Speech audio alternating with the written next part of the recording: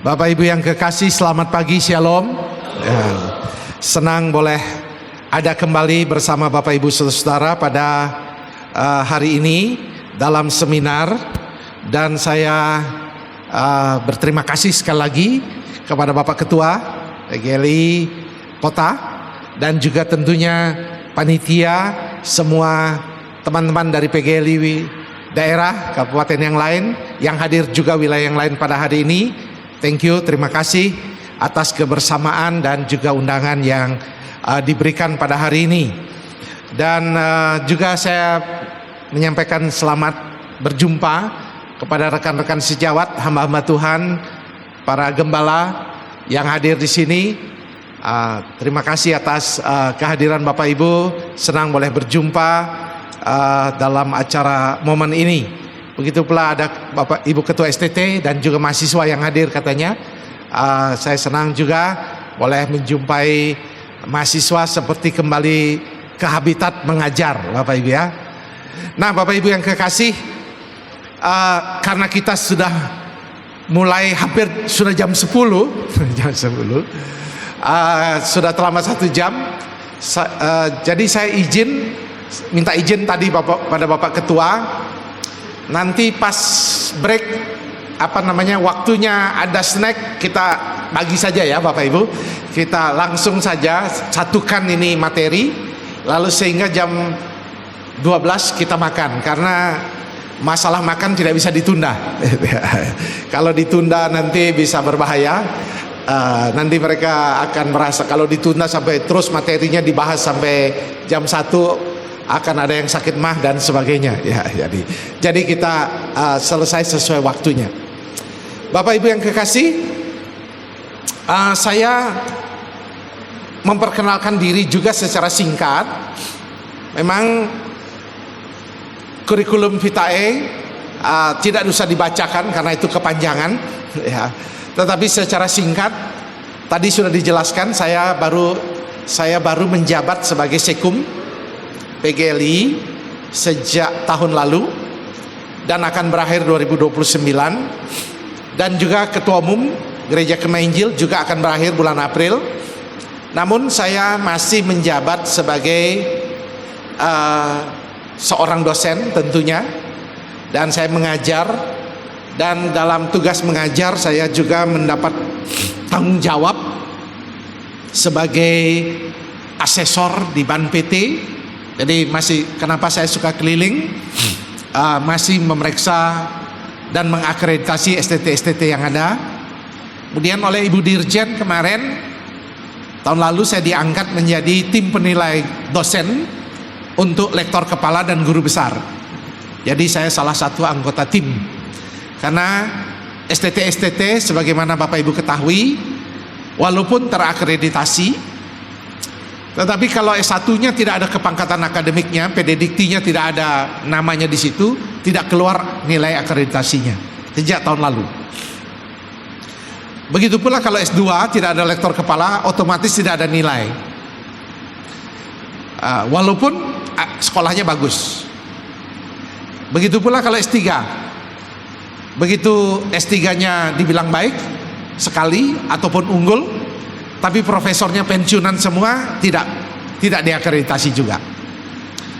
Jadi kemarin saya ke UKDW, ke Universitas Duta Wacana, mereka minta, saya kaget, dia bilang, Pak ini kok belum keluar nilainya. Ternyata profesor pensiunan sudah dihilang dalam daftar pededikti. Jadi tidak bisa, harus profesor yang aktif. Itu sebabnya saya diminta untuk menjadi tim penilai dari sekolah-sekolah untuk mencapai lektor kepala dan guru besar. Kenapa ini penting saya cerita kepada Bapak Ibu Saudara? Karena kita doakan sekolah-sekolah Injili kita. Karena kita sekolah-sekolah Injili kita ini dosen-dosennya fokus ke mengajar, lupa mengurus kepangkatan akademik. Sehingga kemungkinan besar sekolah-sekolah Injili kita akan banyak tutup prodinya.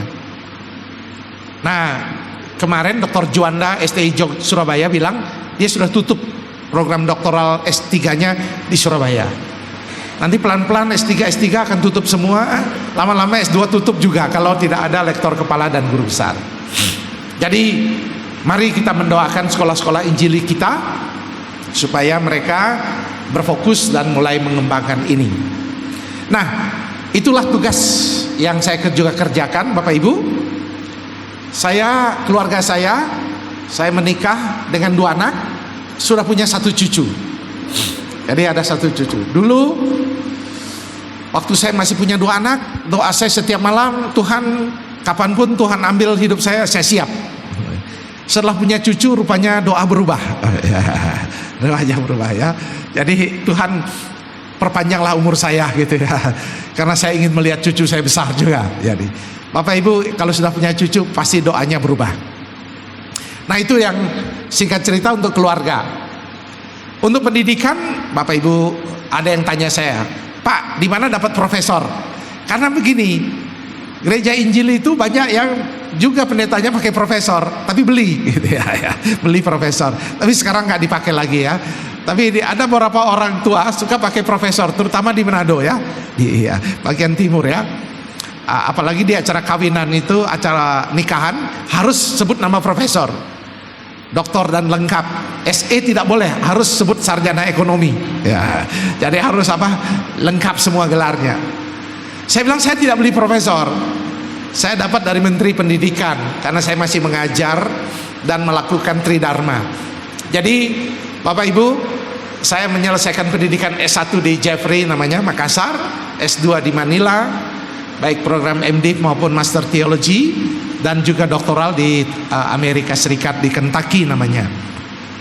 Itu saja kurikulum vitae saya singkat, dan saya senang boleh bertemu Bapak Ibu Saudara. Hari ini kita mau bicara tentang saya diminta untuk bicara tentang kepemimpinan Injili. Saya tadi minta izin untuk merevisi sedikit karena kepemimpinan rohani. Kenapa? Karena kepemimpinan yang Injili adalah kepemimpinan yang spiritual, yang rohani. Nah, ada kepemimpinan marketplace, ada juga kepemimpinan spiritual. Nah, spiritual inilah yang saya ingin tekankan. Namun, walaupun demikian, saya tetap akan membahas tentang apa itu Injili dan apa itu bagaimana kita menurut Henry Blackaby bahwa Injili dalam kepemimpinan itu tidak hanya dia berfungsi di dalam pelayanan, tetapi juga akan berdampak di keluarga dan di dunia kerja kita. Karena prinsip kepemimpinan itu tidak ada namanya kepemimpinan di keluarga dan kepemimpinan di gereja dan kepemimpinan di sana. Dia dalam teori kepemimpinan itu dia terintegrasi. Manusia itu terintegrasi. Jadi dia apa yang sebenarnya yang dia lakukan di rumah akan nampak di gereja. Dan apa yang dia lakukan di gereja akan juga tercermin di rumah. Tidak bisa. Walaupun mungkin bisa kita mengkamuflasekannya. Misalnya kita ramah di gereja tapi di rumah tidak. Bisa saja. Tapi semua orang akan tahu kalau kita tidak sincere namanya, atau tidak tulus namanya. Kelihatan. Jadi Henry Blackaby dalam bukunya Spiritual Leadership mengingatkan para pemimpin bahwa kepemimpinan itu adalah bersifat inklusif. Artinya apa yang kita kerjakan di rumah sebenarnya akan tercermin di gereja. Apa yang kita kerjakan di gereja akan tercermin di dunia marketplace. Nah, itulah yang akan kita bahas. Jadi kita satukan karena prinsipnya sama. Oke, Bapak Ibu yang kekasih, sekali lagi terima kasih juga kepada tuan rumah yang telah menyediakan tempat ini. Saya senang melihat ada lapangan bulu tangkis. Nah, ini gereja modern. Gereja yang modern tuh harus ada apanya? Ruang serbagunanya gitu ya. Tidak katedral. Karena gereja katedral akan ditinggalkan. Dan itu sudah terbukti sekarang di seluruh bagian, baik di Eropa maupun di Amerika Serikat. Kalau Bapak Ibu rajin ke Korea, siapa yang sini sudah pernah ke Korea? Saya terakhir tahun lalu ke Korea, sudah berubah konsep gereja, sudah ada kedai kopinya, supaya menarik anak muda. Kenapa Bapak Ibu? Karena gereja Korea terlalu fokus ke KKR dan doa, itu bagus, tapi lupa mendidik anak dan remaja. Akhirnya anak-anak remaja tidak tertarik lagi ke gereja. Nah, itu yang bikin mereka akhirnya sadar mereka melakukan kesalahan.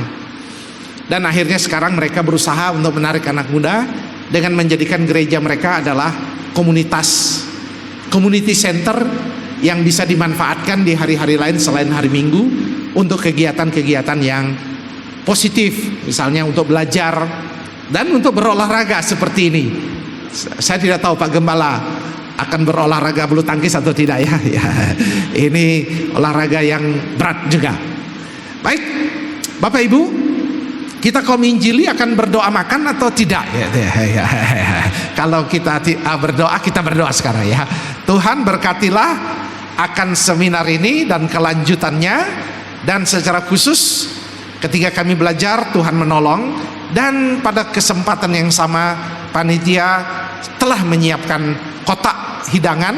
Tuhan juga berkati ketika kami menikmatinya. Terpujilah namamu, dalam nama Yesus kami berdoa, haleluya, amin. Ada gereja Kibait Bapak Ibu? Gereja Kibait itu anggota PGLI. Kalau kita ditaruh minuman makanan, kami orang Kema Injil kalau minuman masih langsung aja gitu ya. Kalau Kibait tidak, Pak maaf berdoa dulu katanya. Aduh, saya jadi malu Bapak ya. Jadi kita kaum Injili ada perbedaan. Saya bilang kalau makan nasi baru kita berdoa gitu. Tapi ada juga. Tapi ada gereja Injili juga habis makan berdoa lagi ya, berdoa lagi ya, 2 kali berdoa dia. Saya tidak tahu di sini apa 2 kali berdoa atau 1 kali ya. 1 kali ya. Jadi ya 2 kali berdoa. Saya 1 kali aja ya. Ya, baik. Jadi silahkan Bapak Ibu menikmati berkat Tuhan yang ada. Saya dengar ada yang jauh sekali datang dari ke tempat ini.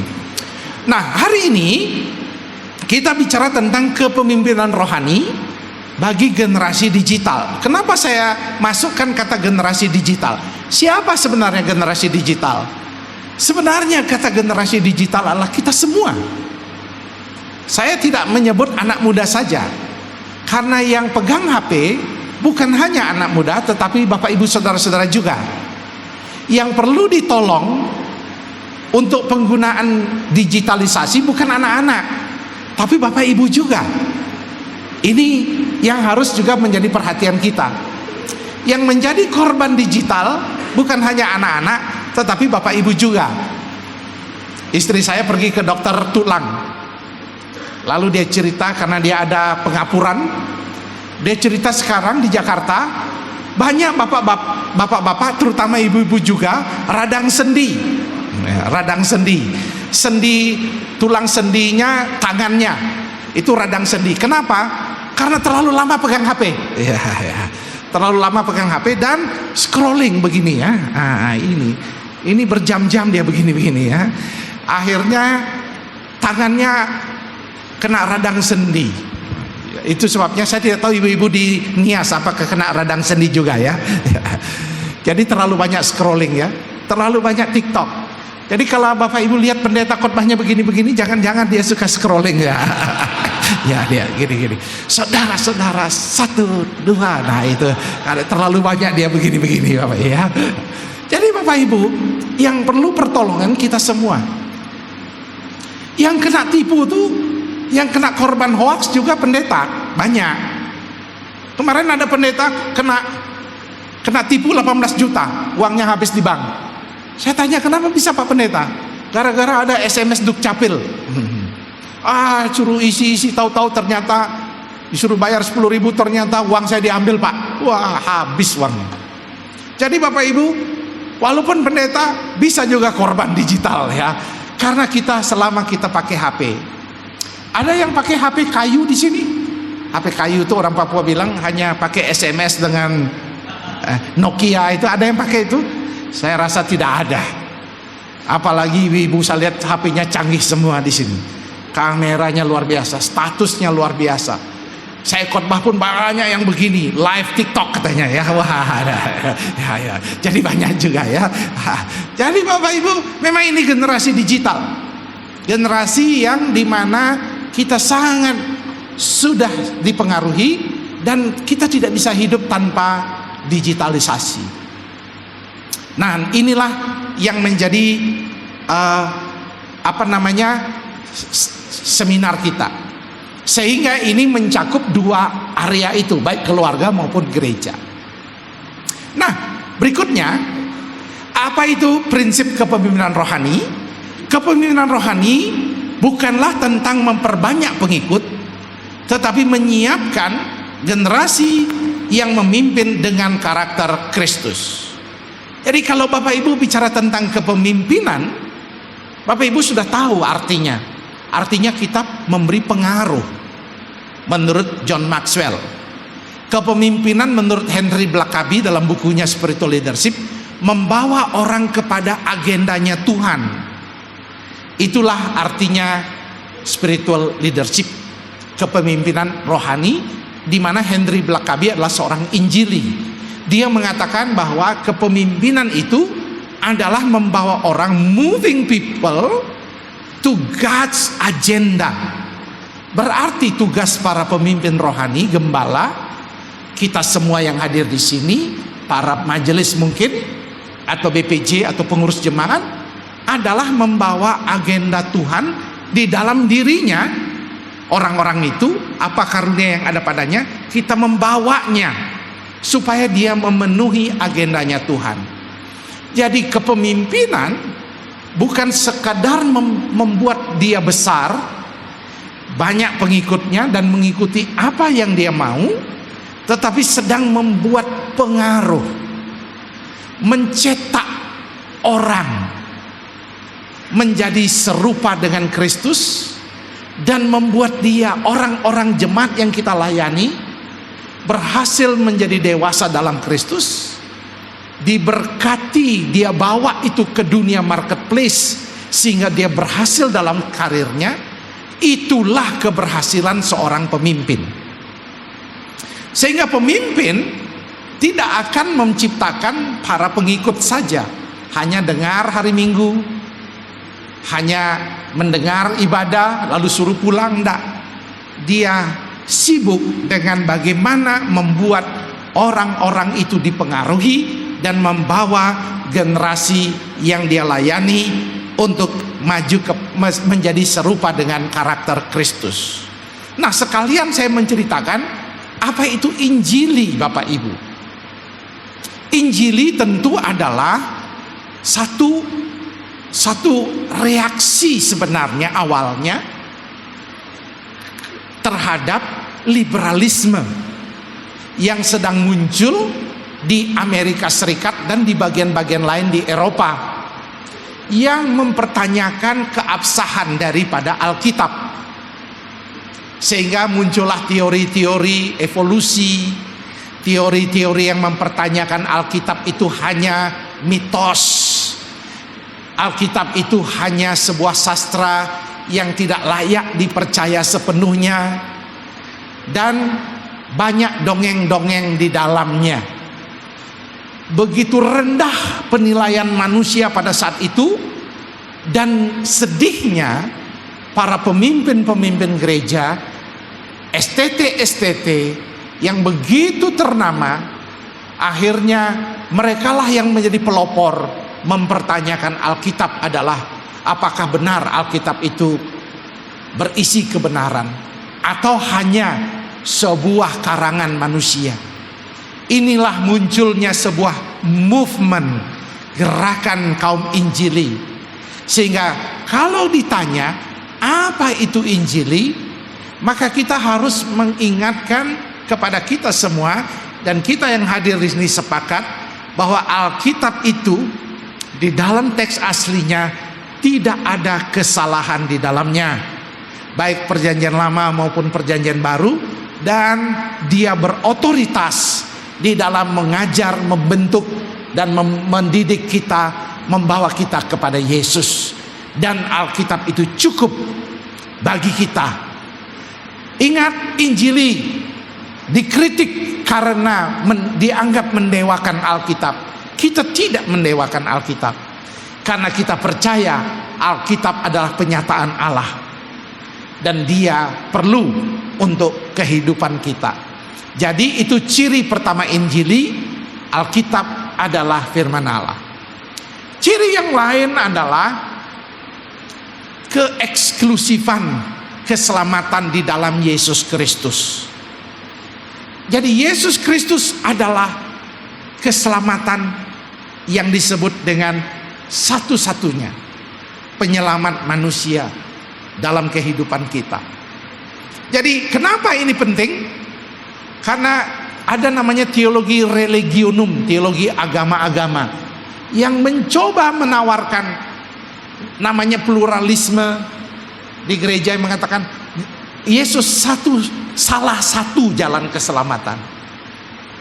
Agama apapun membawa orang kepada keselamatan. Saya tidak mau dipertentangkan dengan moderasi toleransi, tetapi dalam hubungan kita dengan keyakinan kita, kaum Injili percaya bahwa Yesus Kristus adalah satu-satunya keselamatan kita. Amin. Amin. Dan yang ketiga, yang paling juga penting adalah misi. Gereja Injili percaya kepada misi pekabaran Injil, yang orang Injili dalam dunia misiologi itu punya dua konsep, penginjilan dan pengutusan. Dalam bukunya siapa namanya, ahli misi baik John Piper maupun Boss namanya, membedakan Injili itu punya konsep misi itu dua. Satu namanya evangelism, yang kedua mission. Apa itu evangelism? Apa itu mission? Evangelism artinya semua orang Injili harus secara verbal dalam seluruh kehidupannya menceritakan Yesus kepada orang-orang yang belum mengenal Kristus, yang perlu mendengar Kristus. Secara verbal dia menceritakannya.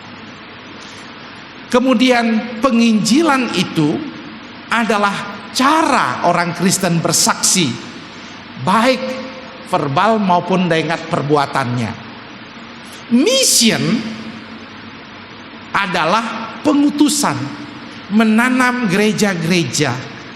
Itu hanya orang-orang tertentu yang kita utus untuk menyampaikan untuk pergi ke tempat itu, lalu kita utus, support dia, dukung dia, menanam gereja baru atau memulai pekabaran Injil di antara pelayanan kontekstual, di antara mungkin suku-suku yang terlalu berat seperti di Aceh, di Sumatera Barat dan sebagainya. Jadi kaum Injili mission itu dibagi dua, namanya evangelism and mission, penginjilan dan pengutusan. Maka gereja lokal harus melakukan dua hal. Yang pertama, dia memastikan semua jemaatnya memiliki keterampilan pekabaran Injil praktis. Itu tugas seorang pendeta Injili, gembala Injili. Maka dia harus melatih, seperti yang saya khotbahkan tadi malam, harus melatih jemaatnya dengan berbagai cara. Apapun, ada ada apalagi hukum rohani, terserah Bapak Ibu, apa saja. Yang penting Bapak Ibu memastikan jemaat Bapak Ibu memiliki keterampilan. Jangan hanya khotbah, karena khotbah hanya menimbulkan rasa bersalah. Banyak pendeta Injili seraka khotbah ini, carilah jiwa, saudara-saudara, orang Kristen yang baik adalah cari jiwa, katanya. Jemaat nangis, betul Pak Pendeta, tapi bagaimana caranya? Nah, ini pertanyaannya, bagaimana caranya? Nah, lama-lama ketika kita tanya, dalam kehidupanmu, dalam keteladananmu, ya betul. Tetapi Injili maksudnya ngomong, strategi ngomongnya itu bagaimana? Nah inilah, tetapi tugas yang kedua kaum Injili adalah apa Bapak Ibu? Tugas kaum Injili adalah mengutus. Jadi gereja itu berhasil bukan depositonya banyak, tapi gereja itu berhasil seberapa jauh dia membawa Injil tersebar. Jadi kalau bapak-bapak pengurus, jangan bangga bilang, sejak saya jadi pengurus gereja saldo meningkat. Nah, itu bukan tanda keberhasilan. Itu tanda kemajuan manajemen, tapi bukan kemajuan pekabaran Injil. Maka kita tidak boleh malu punya gereja di desa-desa. Kita tidak boleh malu punya gereja di tempat-tempat terpencil. Tempatnya mungkin sederhana. Ada yang protes saya, Pak, kita malu, gereja kita itu kayak apa, pakai atap biasa. Wah, apalagi muncul di Facebook. Aduh, bagaimana nih, kita harus buat yang bagus gitu. Jangan malu. Mereka sedang tersebar di sana. Biarkan Injil ketika tertanam, dia yang membangun gerejanya. Karena di Kalimantan Bapak Ibu, kami kurang lebih punya satu gubernur, satu wakil gubernur, ada 12 bupati dan wakil bupati di berbagai tempat. Wah, gerejanya bagus-bagus sekali. Ketika ada gereja di tempat-tempat terpencil yang gubuk-gubuk, dia protes ya. Wah, ini mereka merasa malu gitu ya Bapak Ibu. Jangan. Kita kaum Injili bukan soal fasilitas, tetapi seberapa jauh Injil tersebar. Itu tugas kita. Itu ciri Injili yang ketiga. Nah, yang keempat, kelima dan seterusnya itu adalah kebersamaan kita. Ada yang menjelaskan tentang kekudusan, holiness, sanctification. Nah, sanctification inilah ciri dari kaum Injili. Tetapi ada yang membedakannya adalah tentang ada warna-warni. Disinilah kaum Injili besar menerima perbedaan-perbedaan. Ada yang mengatakan kekudusan itu hanya dapat diperoleh kalau kemudian ditandai dengan baptisan roh. Ada yang bilang tidak. Nah, jangan berkelahi gara-gara itu Bapak Ibu ya. Itu kita sepakat berbeda. Yang penting kita harus menjaga kekudusan. Oke? Jadi jangan saling menyerang di antara anggota PGLI ya. Ini dia bahasa roh, ini apa ini ya. Terus ini enggak, kurang bahasa roh, enggak ada urapan gerejanya. Jangan. Pokoknya kita saling menghargai, yang penting kekudusan. Kita jaga kekudusan itu. Masing-masing punya. Kemudian kedatangan Yesus yang kedua kali. Itu menjadi ciri khas gereja Kemainjil, Injili maksud saya. Tetapi Bapak Ibu beda-beda. Ada yang percaya milenium, ada yang tidak percaya. Nah, gereja Reform Injili misalnya yang di Pak Stephen Tong tidak ada kerajaan 1000 tahun. Karena kita ada kerajaan 1000 tahun. Jadi apapun perbedaannya itu namanya secondary teaching atau teologi yang berbeda. Sepanjang kaum Injili percaya bahwa Yesus akan datang secara fisik kedua kalinya pada akhir zaman, disitulah kita sama-sama kaum Injili. Soal perbedaan, apakah kita akan dianiaya atau tidak? Ada yang berkelahi. Teolog Pantekosta di antara kaum Injili ya, dia berkelahi. Kita akan diangkat. Yang satu bilang kita akan menderita. Ada 7 tahun menderita. Ada yang bilang kita enggak. Alkitab bilang diangkat. Tesalonika tidak. Wahyu bilang kita menderita. Pokoknya Bapak Ibu jangan berkelahi gara-gara itu ya. Kalau diangkat puji Tuhan. Makanya kita naik, adanya ada pertemuan di udara. Wah, kita semua enggak ada penderitaan, naik semua ke udara.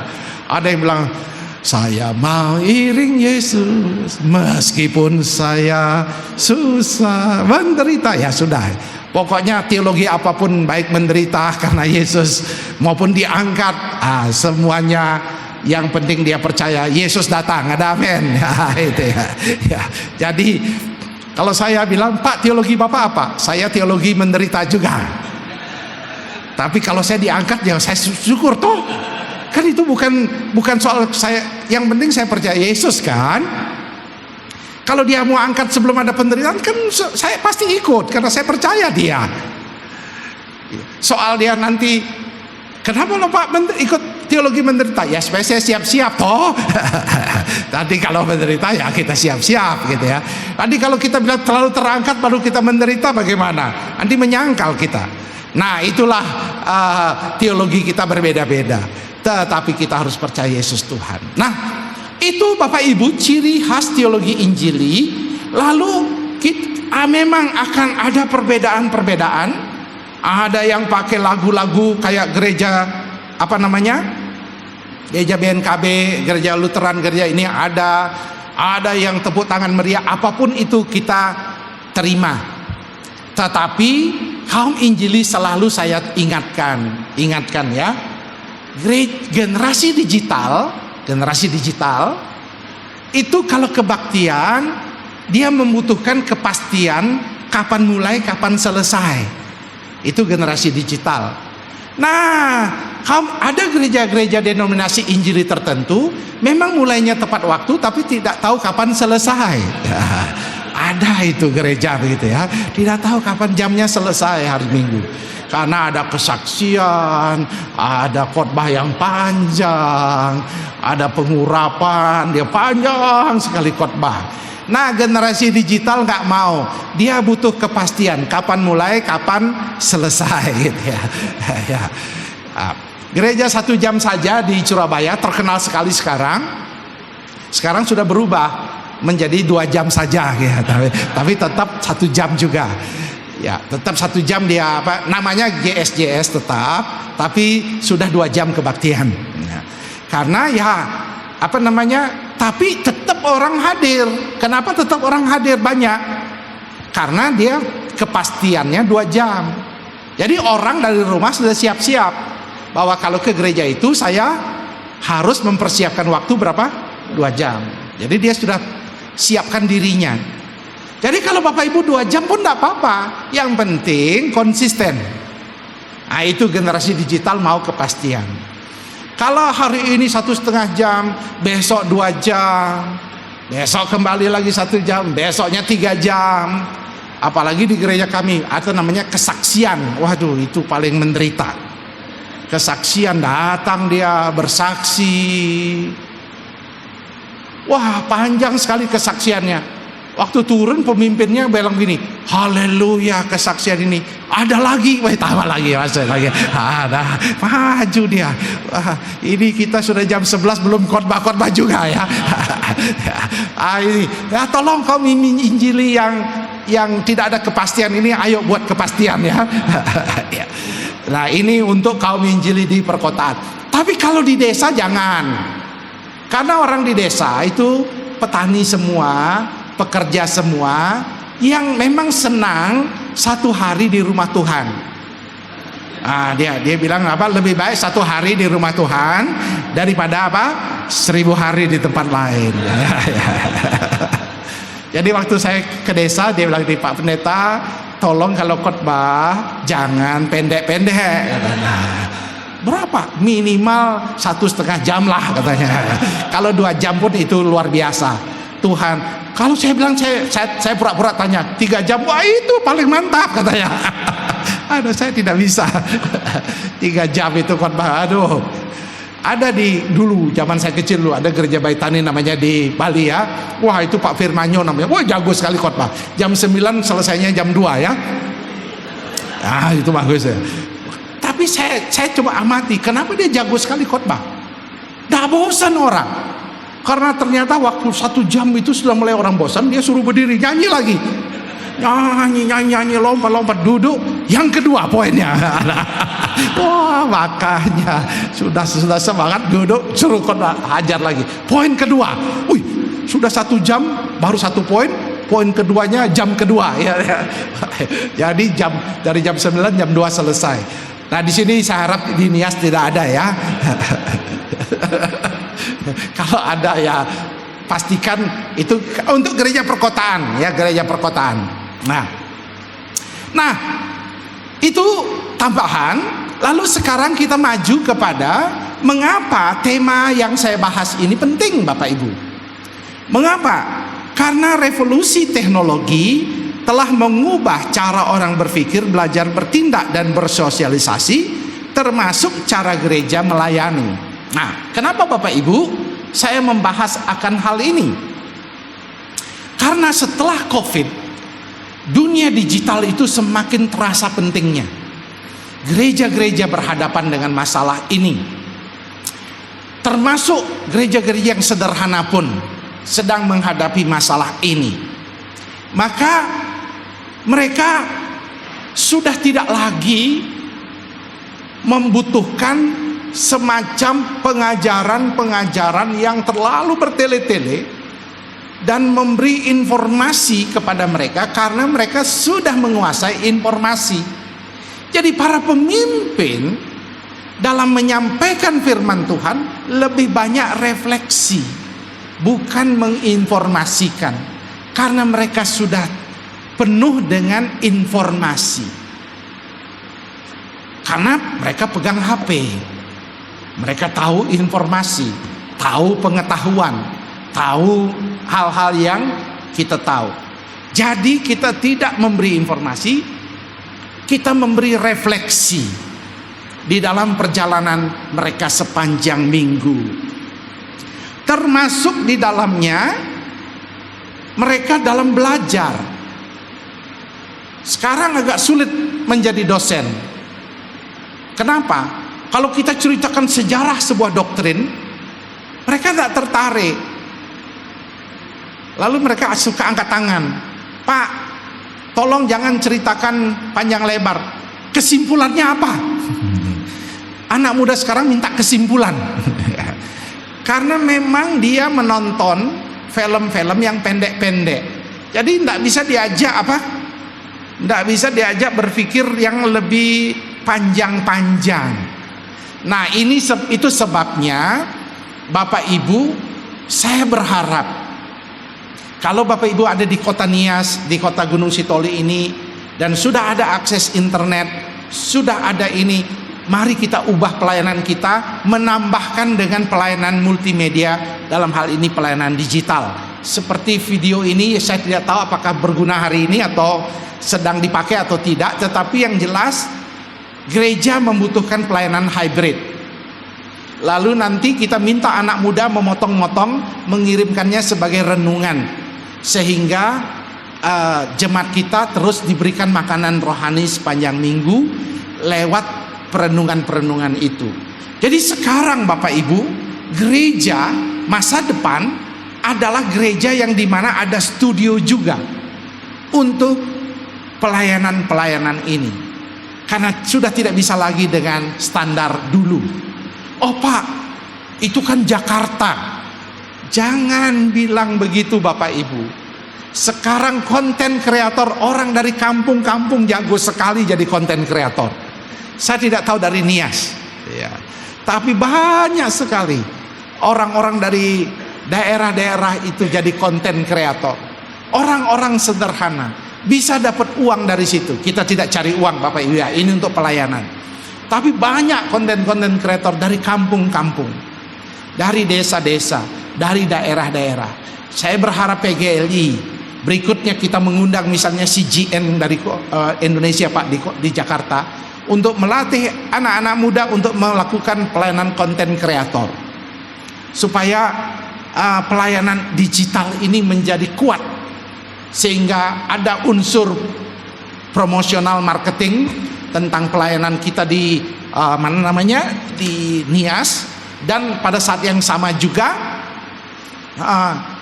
kita bisa melayani, karena sekarang pelayanan gereja itu sudah tidak ada tembok lagi. Pelayanan kita mungkin kita punya gedung seperti ini, tapi kita bisa punya jemaat ribuan. Di gereja kami di Amerika sekarang ada gembala yang sudah tidak punya gedung gereja. Jemaatnya adalah jemaat digital. Di mana dia punya jemaat? Di dunia digital. Pak, bagaimana pertemuan fisiknya? Mereka membuat pertemuan fisik lewat grup-grup kecil, lalu nanti 3 bulan sekali mereka pakai hall untuk bertemu. Pendeta digital sudah mulai ada sekarang. Kita tidak se ekstrem itu. Tetapi kita jangan sampai Pak, saya mau melamar jadi anggota PGLI. Di mana jemaatnya? Digital jemaat saya. Jangan ya, gereja digital belum ada gereja digital ya. Tapi sudah mulai nampak, Bapak Ibu, sudah mulai ada. Nah, kita mengantisipasi supaya tidak ada pendeta digital, kita gabungkan namanya pendeta hybrid yang melayani dunia fisik, melayani dunia digital. Mengapa penting? Karena generasi digital hari ini, generasi digital, baik anak muda maupun orang-orang yang dewasa, membutuhkan otentisitas, relevansi dan hubungan, bukan hanya struktur atau sistem organisasi yang baik. Bapak Ibu, banyak teori kepemimpinan mengatakan bangunlah sistem yang bagus, bangunlah organisasi yang bagus, bangunlah administrasi yang bagus, maka jemaat akan datang. Tidak, mereka tidak akan datang dengan sistem yang bagus. Sistem yang bagus hanya menolong, dia hanya alat. Manajemen hanya alat. Bapak Ibu harus tanamkan itu prinsip. Kepemimpinan itu yang inti. Kepemimpinan yang apa? Yang otentik. Kepemimpinan yang relevan. Kepemimpinan yang memiliki relasional. Jadi maksudnya apa? Ketika Bapak Ibu mulai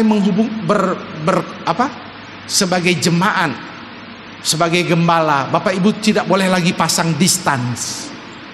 Bapak Ibu harus mulai bergaul dengan mereka.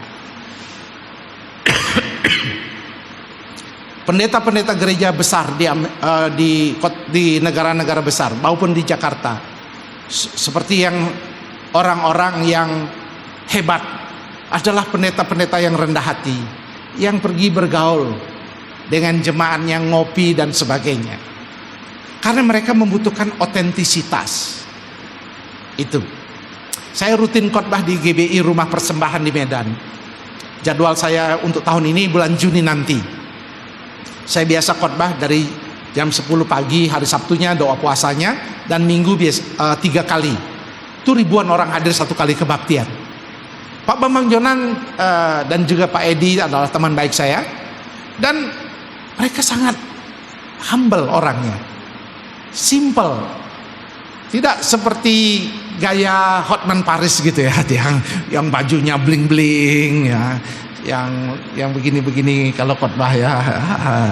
Kan ada pendeta gitu juga ya, khotbah begini ternyata cincinnya dari berlian gitu ya, dasinya 7 juta ya, ada tuh dasi yang 7 juta ya. Kenapa Pak Daniel tahu? Karena ada yang khotbah bilang, saudara tahu tidak, berkat Tuhan yang begitu luar biasa, harga dasi ini 7 juta. Wih, keren banget ini ya. Aduh, luar biasa dia pamerkan dia punya ini ya.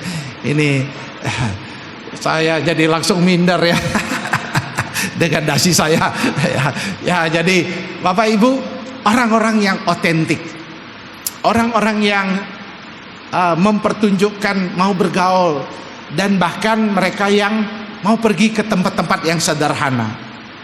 Itu generasi digital. Seperti kembali kepada gereja mula-mula.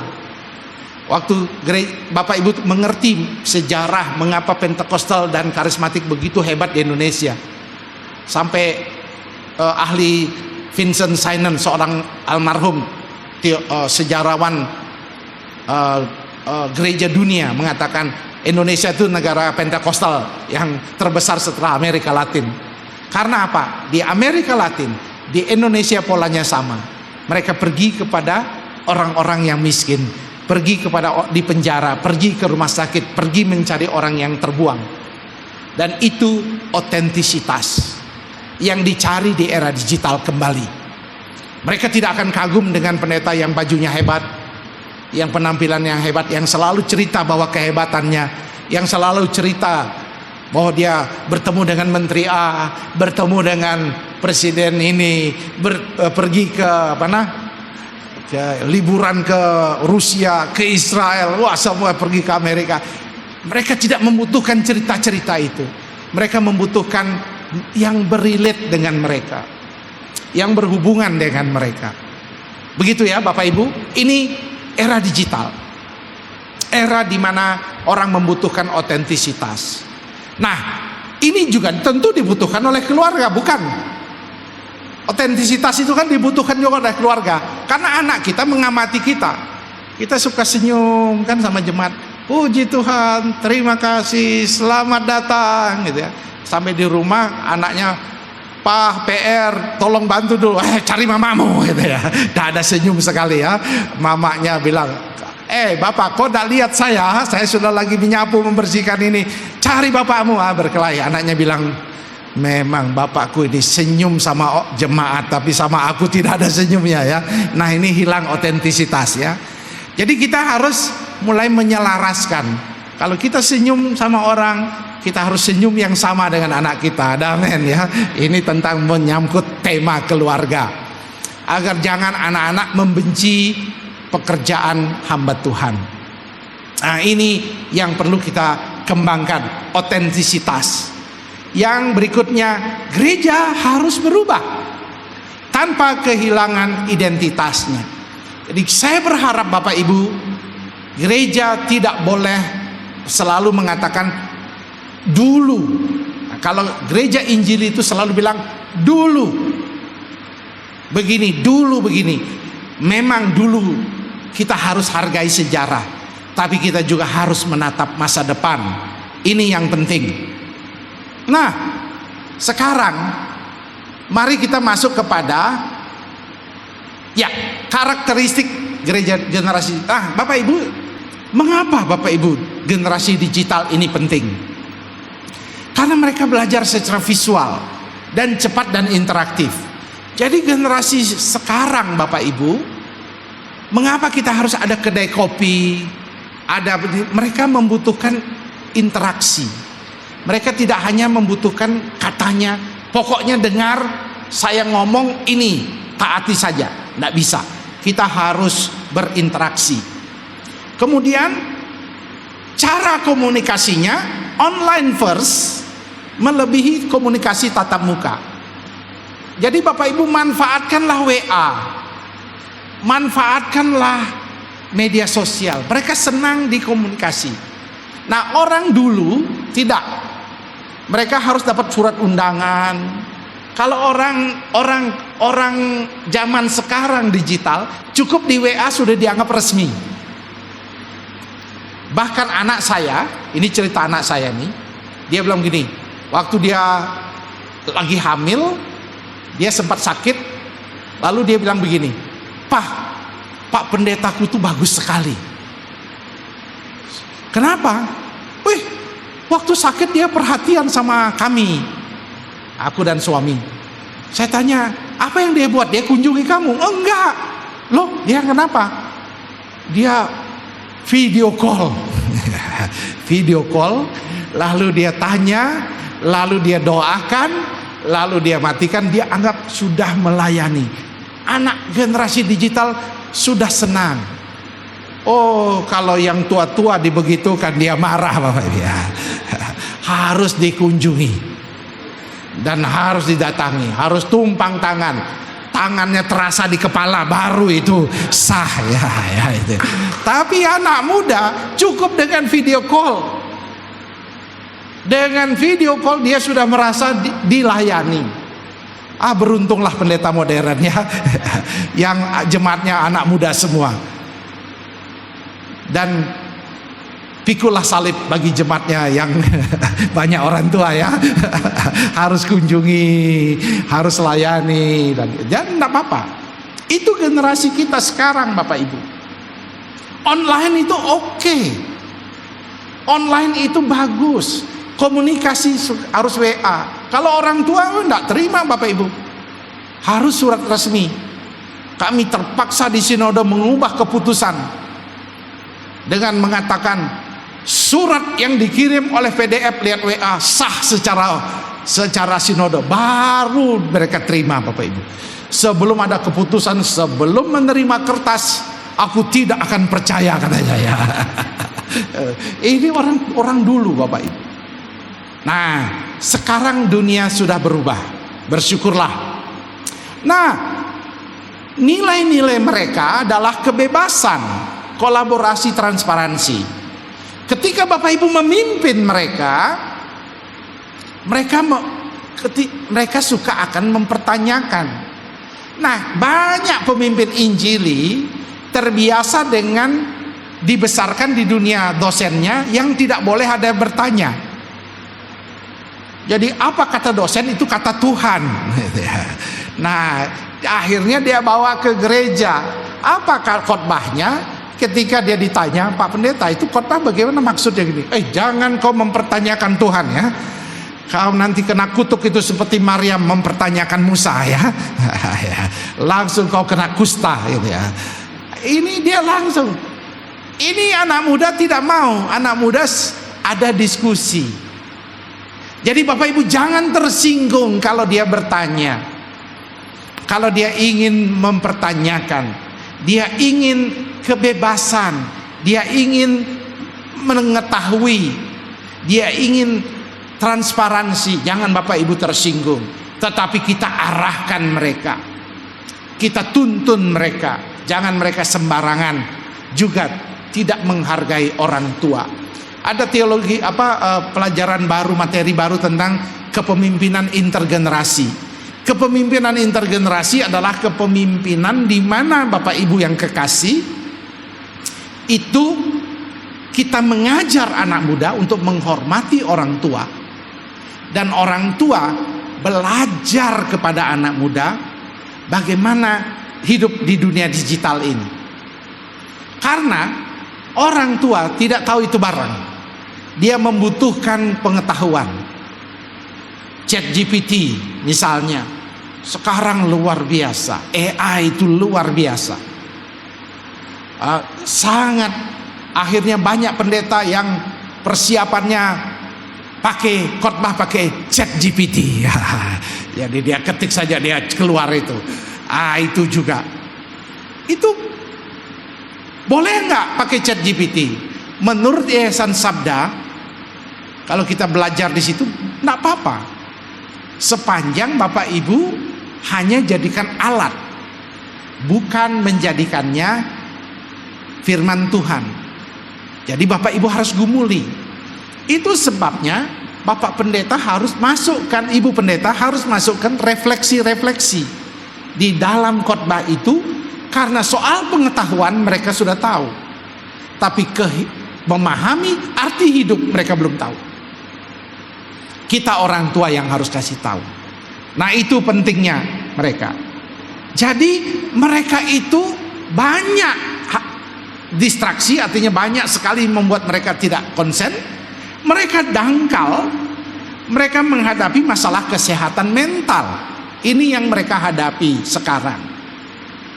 Bapak Ibu, banyak hari ini anak muda pegang itu HP, sudah terjebak kepada judi online, game online, dan yang mengerikan pendeta ada yang kena judi online.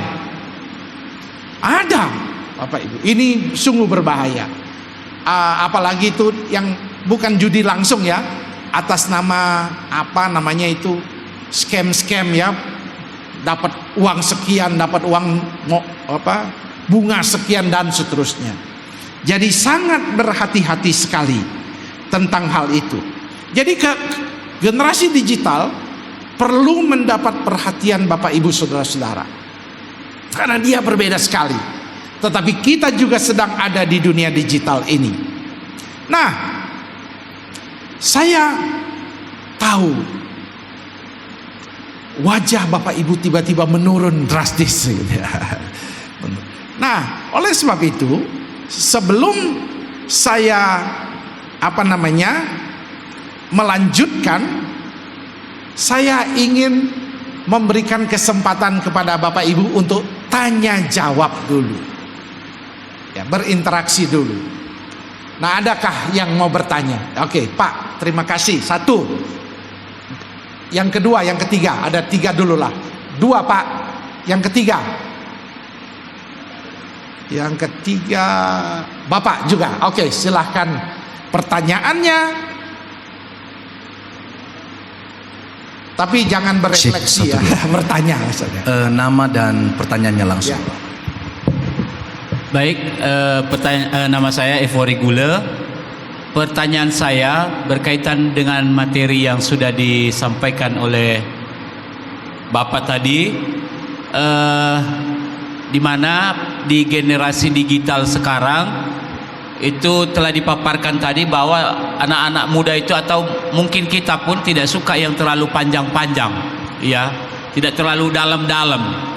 Nah, kita sebagai pemimpin ini dalam menangani ini, Pak, karena ini belum dibahas sampai tuntas ini, jadi mungkin pertanyaan saya mungkin akan terjawab di kemudian, tapi saya mau tanya dulu, bagaimana kita mengantisipasi ini, karena begini, selera anak-anak muda atau selera orang-orang yang digital ini kan maunya yang gampang, yang tidak terlalu mendalam.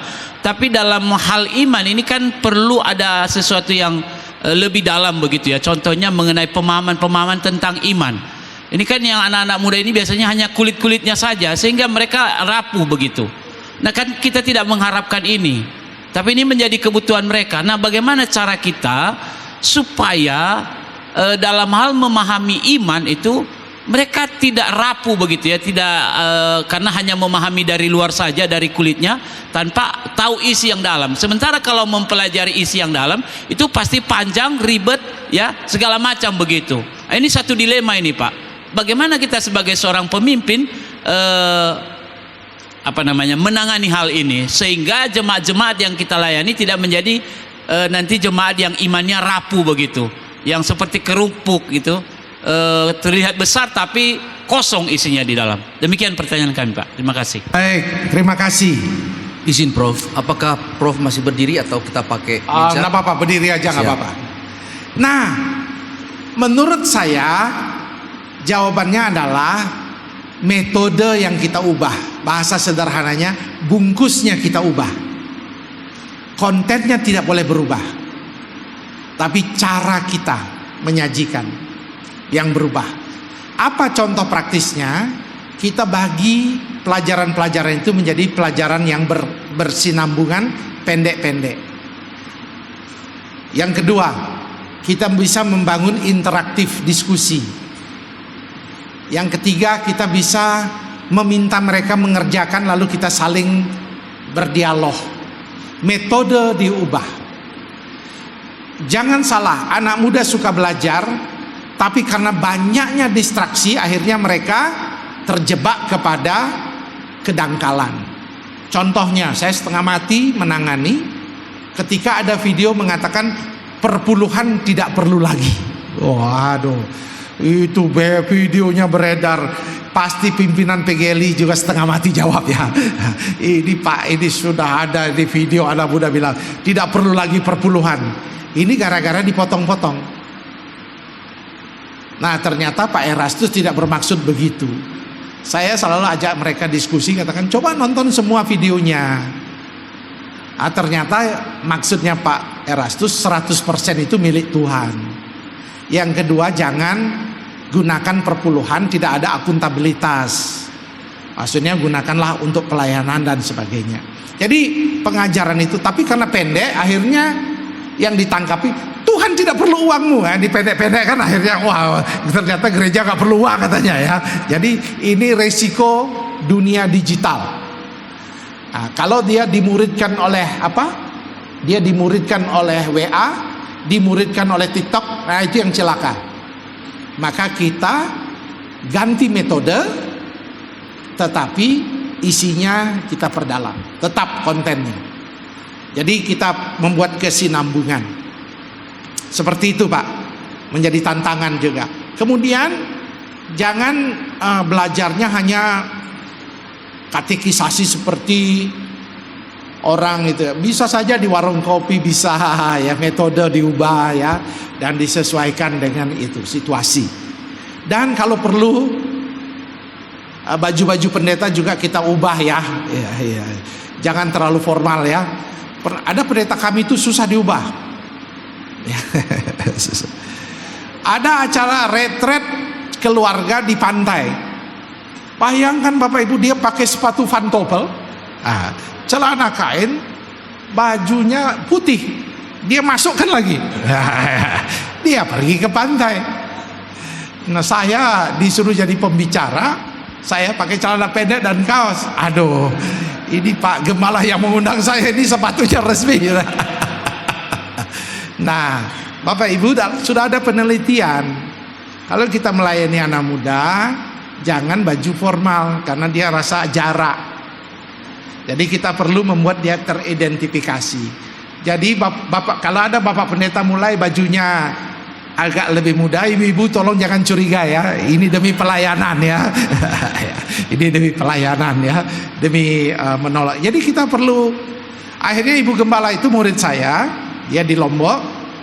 Dia bilang nih, Pak Ketua, tolong dulu itu kasih ajar suami saya supaya dia. Saya sudah belikan celana jeans, dia bilang geli-geli saya pakai katanya.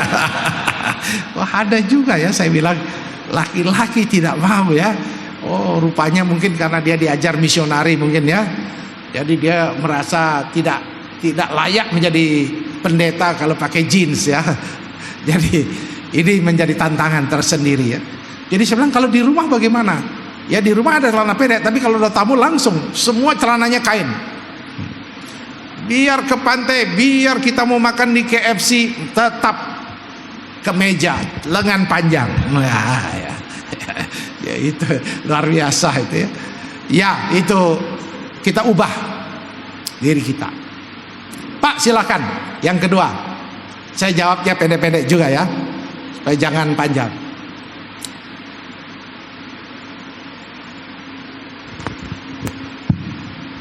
Iya, baik. Nama saya Pendeta Anugerah Telombanua dari Nias Barat, Pak. Ini materi yang sangat menarik.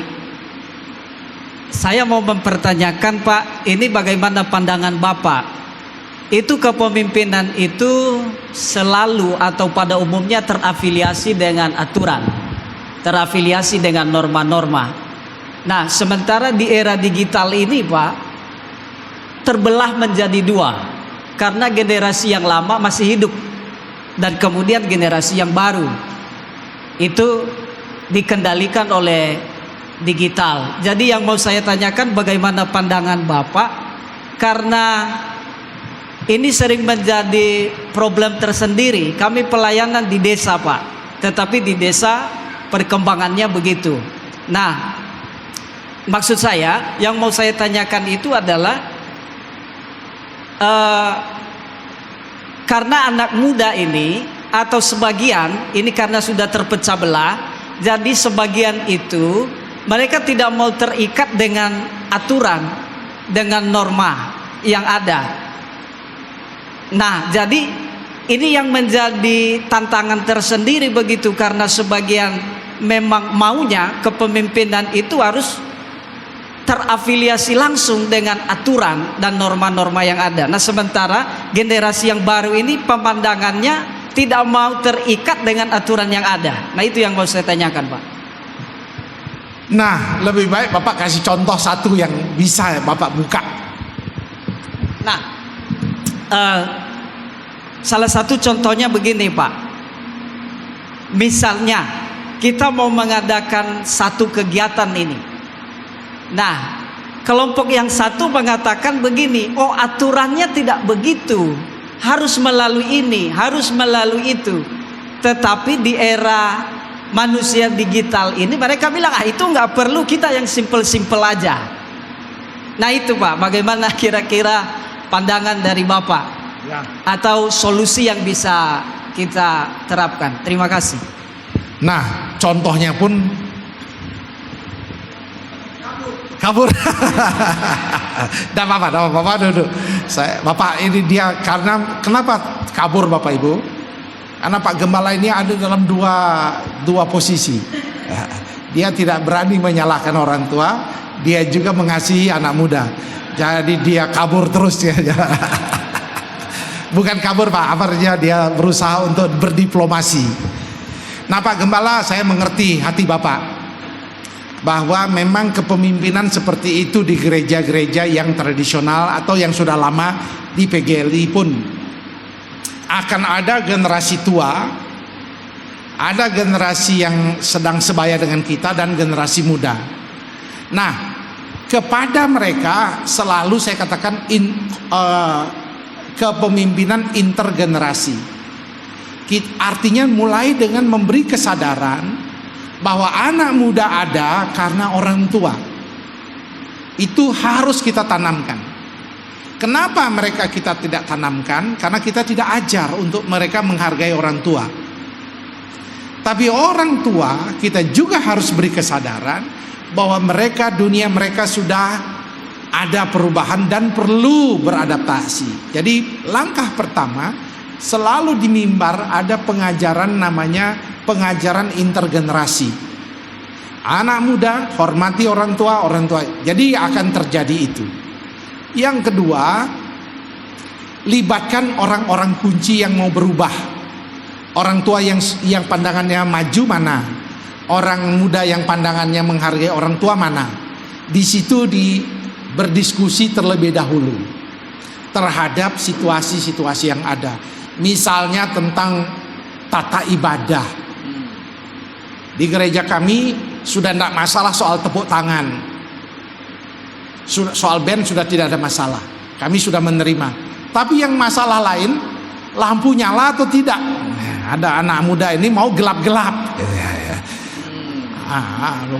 Pasangkan nanti, apalagi Natal itu gelap-gelap, di semua gelap, yang seperti kayak GPCC itu ya, yang terang itu mimbarnya aja ya, lagi buang. Wah, orang tua marah dia, ini diskotik atau apa katanya ya, berkelahi lah dia ya. Pak Ketua Umum bagaimana ini, gelap-gelap kita ini, tidak nyanyi begini. Nah, saya bilang disinilah kadang-kadang musik sudah diterima, gelap-gelapnya belum diterima ya.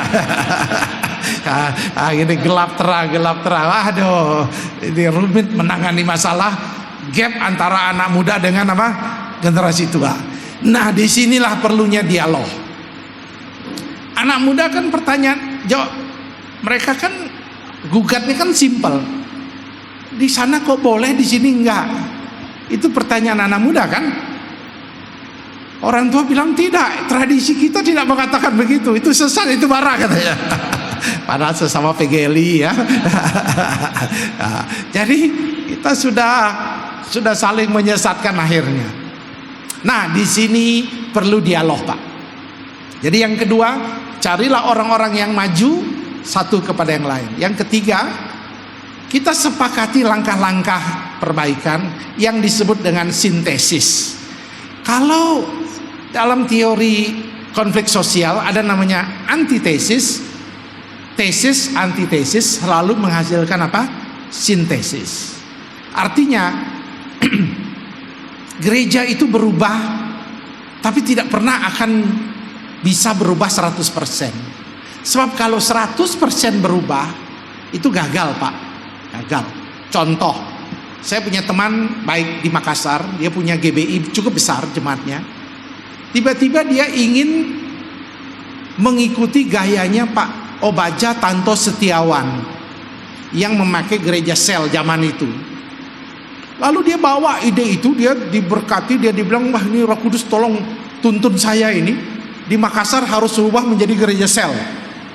Padahal di sana sudah ada WBI, sudah ada Women Glow, apa semua nama-namanya, grup-grup pemuda, grup-grup apa, kelompok-kelompok. Tiba-tiba dia hilangkan dan dia rombak dan dia ganti dengan sel. Nggak jalan. Kenapa nggak jalan? Karena membawa sesuatu yang baru itu DNA-nya belum teruji di lapangan. Maka seharusnya bukan langsung dirubah, tapi kalau ada gereja sel mungkin di WBI-nya, di women-nya dibuatkan grup lagi kalau sudah besar. Jadi namanya sintesis. Jadi ketika orang muda mau mengubah, maka jangan langsung bawa yang barang dari Jakarta ke, wah saya dari Medan, ada lawatan Tuhan. Waktu saya gelap-gelap di sana, saya seperti Yesus melawat saya.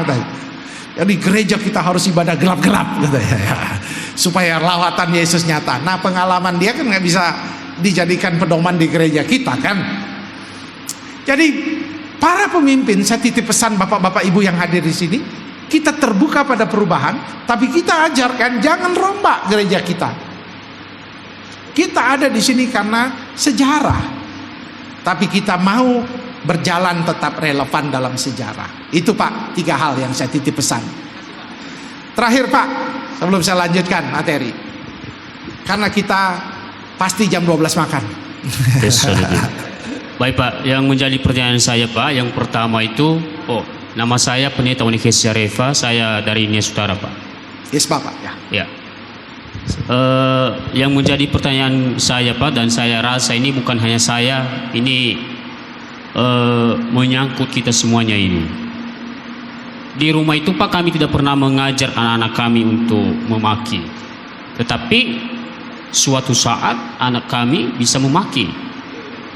Itu besar kemungkinan karena pengaruh lingkungan.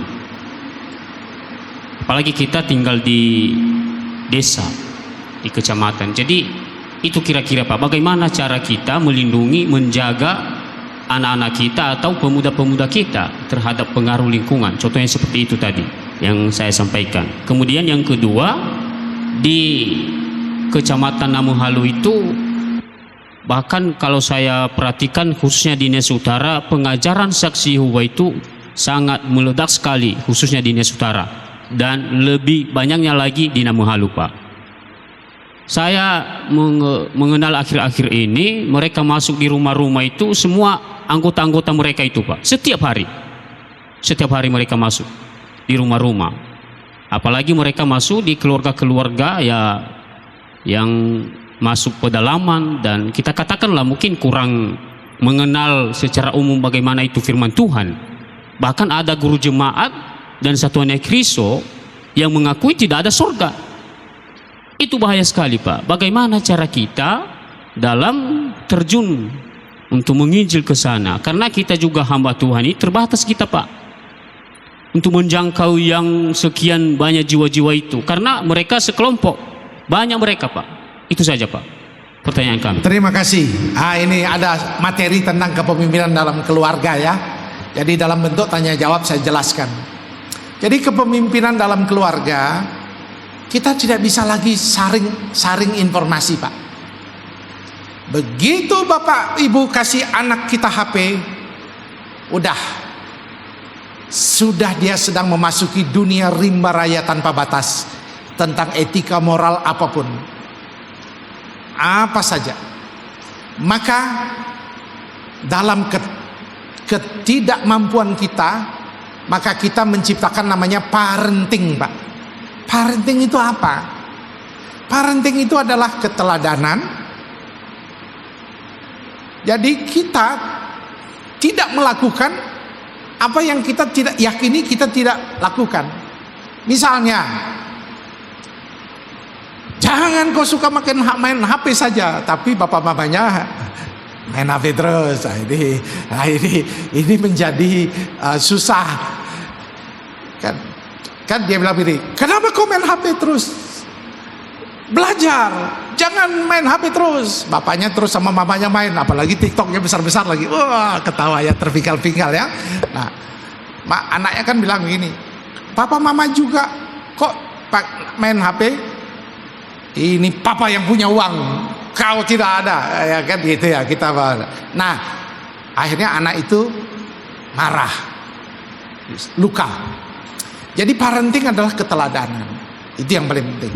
Yang kedua, jangan kaget kalau dia mendapatkan cerita-cerita buruk di luar. Kalau dia memaki, jangan kaget. Jangan kaget, karena dunia memang rusak. Jadi jangan kaget. Kita hanya langsung tanya, dari mana kau dapat nak? Kamu ngerti enggak artinya ini? Jadi kita diskusikan biasa aja. Jangan tiba-tiba, dari mana kau bicara ini? Dalam nama Yesus kau saya pengurapan. Ya, saya usir kau setan-setan, perkataan kotor setan, mulut-mulut apa ini? Mulut kotor, mulut perkataan yang tidak layak. Dalam nama Yesus keluar. Nah, ya, ini kita apa? Jangan kaget. Untung dia sampaikan itu di rumah. Kalau dia tidak sembunyikan, Kan ada yang anak-anak pintar, karena bapakku pendeta, aku nggak berani maki. Tapi di kamar dia, dengan teman-temannya, saya pun agak awal-awalnya bilang anjir gitu. Oh, anjir, anjing. Saya bilang apa itu barang? Anjir, anjir. Oh, ternyata anjing, saudara ya. Dari itu sudah dihaluskan itu. Akhirnya saya kasih tahu, tolonglah jangan pakai kata anjing lah. Ini binatang ya. Tapi di orang Jakarta ini pakai bahasa yang apa? Di bahasa gaulnya, anjir, anjing, anjir gitu ya. Anjir lu, yang dibilangnya anjir juga senang. Babi lu, wah dia senang juga ya. RW, di RW. Jadi Bapak Ibu, Bapak jangan kaget ya. Jadi diskusikan aja apa artinya dan sebagainya. Mengapa kita tidak boleh melakukan itu dan sebagainya. Tenang, emosi kita harus tenang. Termasuk jangan, ini saya tambahkan Bapak Ibu, bukan pertanyaannya Bapak. Misalnya tiba-tiba kena narkoba misalnya ya. Atau jangan Bapak Ibu wah dia tiba-tiba ketahuan lihat porno. Jangan marah ya. Jangan seperti kalap, seperti rumah mau dibakar saja gara-gara dia temu. Pokoknya tenang aja. Ini akibat daripada dunia yang tidak terbatas itu. Dulu kita nakal juga. Jadi kalau kita ketemu anak nakal bagaimana? Satu ketika anak saya merokok. Wah, anak pendeta, saya kaget setengah mati. Waduh, Tuhan, ampuni saya pendeta. Sekum PGLI. Nah, bukan, ini cerita dulu ya. Dulu sebelum waktu masih di Makassar. Wah, saya merasa malu betul. Malu betul. Tapi istri saya ingatkan saya, kau pernah bersaksi kayaknya dulu kau waktu muda merokok juga. Oh iya betul ya. Saya juga nakal dulu ya. Kenapa saya tidak izinkan anakku gagal ya?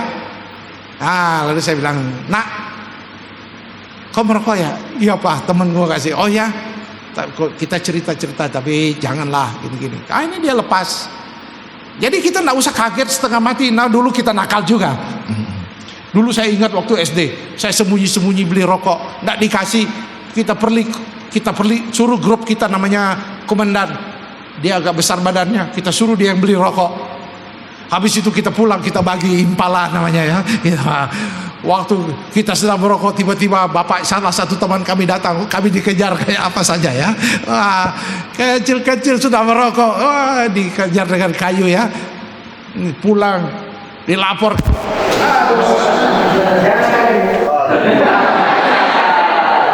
Kita gelap-gelap Pak. Dia bilang, anak ini merokok dia. Terus ibu saya bilang, kenapa kok tidak ikut pukul dia? Jadi betul-betul kita juga nakal. Jadi kita harus Ibu terimalah kenyataan bahwa jangan kaget. Tapi yang ketiga yang paling penting menurut saya dalam parenting adalah ada waktu doa. Jadi disitulah yang saya sebenarnya ingin ceritakan kemarin waktu saya bersaksi. Disitulah sebenarnya anak akan mendapat kesembuhan ketika mereka didoakan. Jadi kita bisa menegur mereka, bisa memarahi, tapi mesbah doa harus ada di keluarga. Itu sebabnya saya mendorong kita memulihkan mesbah keluarga di gereja. Dan pertanyaan tentang saksi Yehova, nah ini kasalnya Gus Dur ini. Gus Dur ini sudah mengesahkan saksi Yehova sebagai resmi ajaran sah di Indonesia. Jadi kita juga tidak bisa melaporkannya ke pihak manapun karena dia sudah sah. Tapi kita harus tahu memang dia ajaran sesat yang tidak mengakui ketritunggalan. Yesus dilahirkan di surga, diciptakan di surga menurut Efesus, dan dunia dan langit baru itu adalah dunia. Jadi dia tidak percaya pada. Jadi kalau buku-bukunya Bapak Ibu lihat ada dia ikut kayak Yesaya ya, ada singa, ada tidur dengan serigala ular dan sebagainya. Jadi saksi Yehova seperti itu Pak. Nah, kita tidak bisa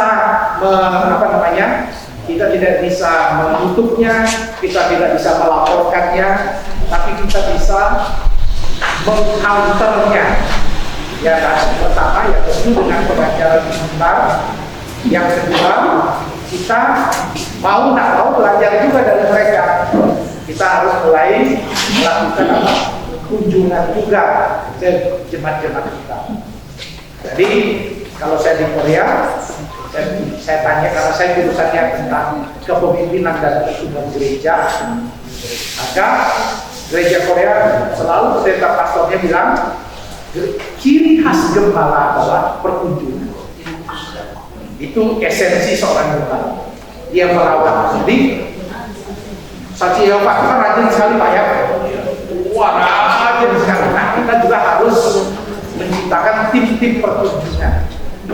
Lewat sosial network kita ada tim perkunjungan,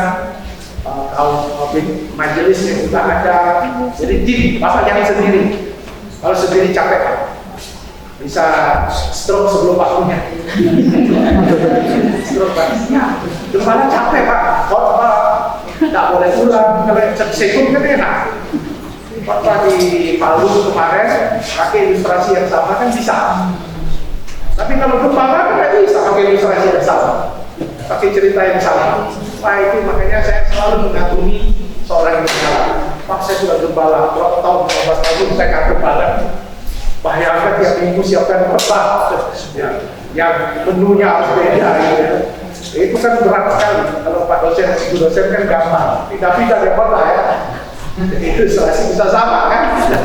Jadi kita tidak boleh tidak menghargai. Kalau ada majelis ini, kalau perlu tolong kasih gaji yang tinggi-tinggi lah ya.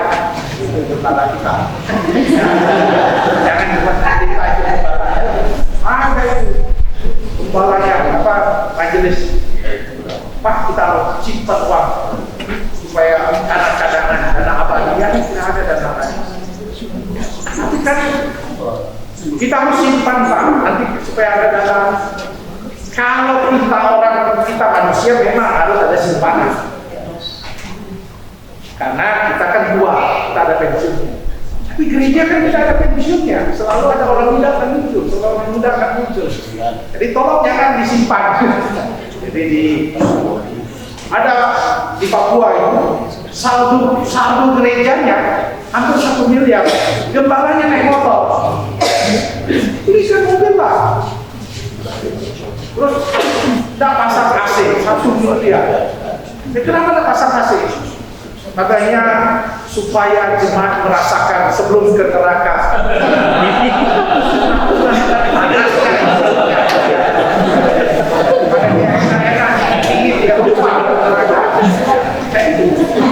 Logika yang ada. Ya kalau tidak ada uang ya tidak apa-apa. Ya, kalau tidak ada uang, tapi kalau ada uang jangan disimpan.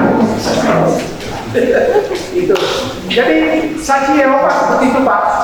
Dua, yang ketiga tentu pemuridan. Pemuridan itu gereja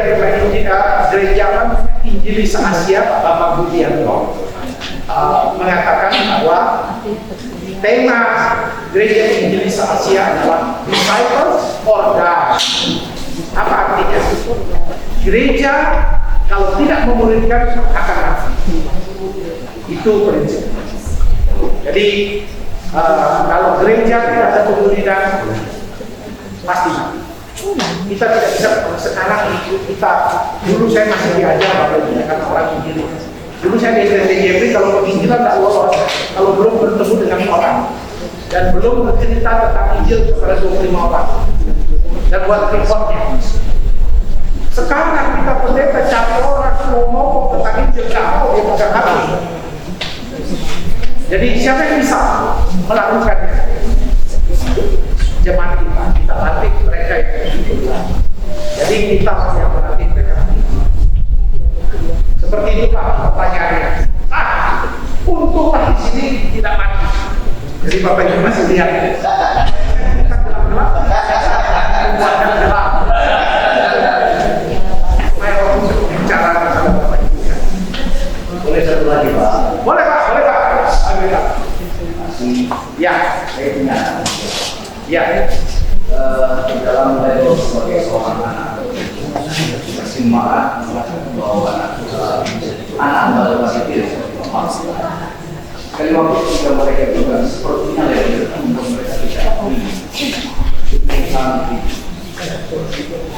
sehingga mereka jadinya tidak melayani pada waktu oleh sekolah oleh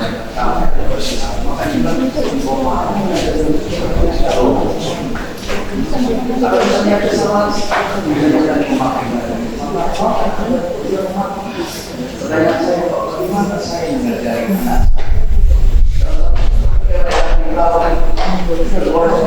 Ya, boleh sekarang kan itu anak-anak yang bilang itu terjemahan, yang boleh katakan oleh mereka. Dan satu sisi kita kepingin juga anak-anak sama itu boleh bertanya. Kita nggak harus memaksa mereka. Dan menurut saya bagaimana cara boleh anak saya supaya saya juga dalam satu sisi bisa menerima mereka adalah anak muda yang tidak harus dipaksa menjadi seperti bapaknya. Mereka punya dunia sendiri di dalam rumah. Baik, itu pertanyaan yang baik sekali Pak. Itu memang bukan Bapak sendiri, saya sendiri juga, dan banyak hamba Tuhan lain bergumul berat tentang keluarga. Jadi bahkan teman saya, anak saya punya teman di Surabaya, waktu dia kuliah di Surabaya, dia cerita kepada kami, Pak, ada temanku anak pendeta. Begitu dibilang, bukan anak pendeta, dia marah sekali, dia nggak mau mengakui bapaknya pendeta. Jadi memang itu tekanan berat. Nah, bagi Bapak Ibu yang saya juga akhirnya belajar, dan memang perbedaannya saya dengan Bapak Ibu yang di pengembalaan, saya lebih lama, hanya 5 tahun di pengembalaan, sisanya di STT, sehingga tidak ada tekanan itu. Tekanan itu tidak terjadi karena saya lebih kebanyak di STT, sehingga mahasiswa tidak berkorelasi. Tetapi di dunia pengembalaan itu memang berat.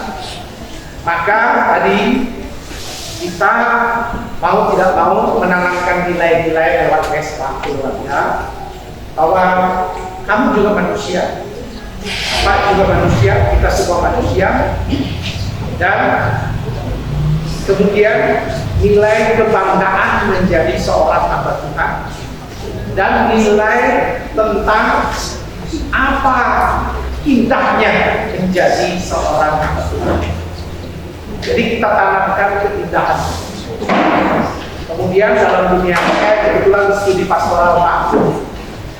Jadi kita jangan sebagai pemimpin, jangan ceritakan masalah kita kalau kita berkelahi, lagi berkonflik di rapat majelis, jangan bawa pulang.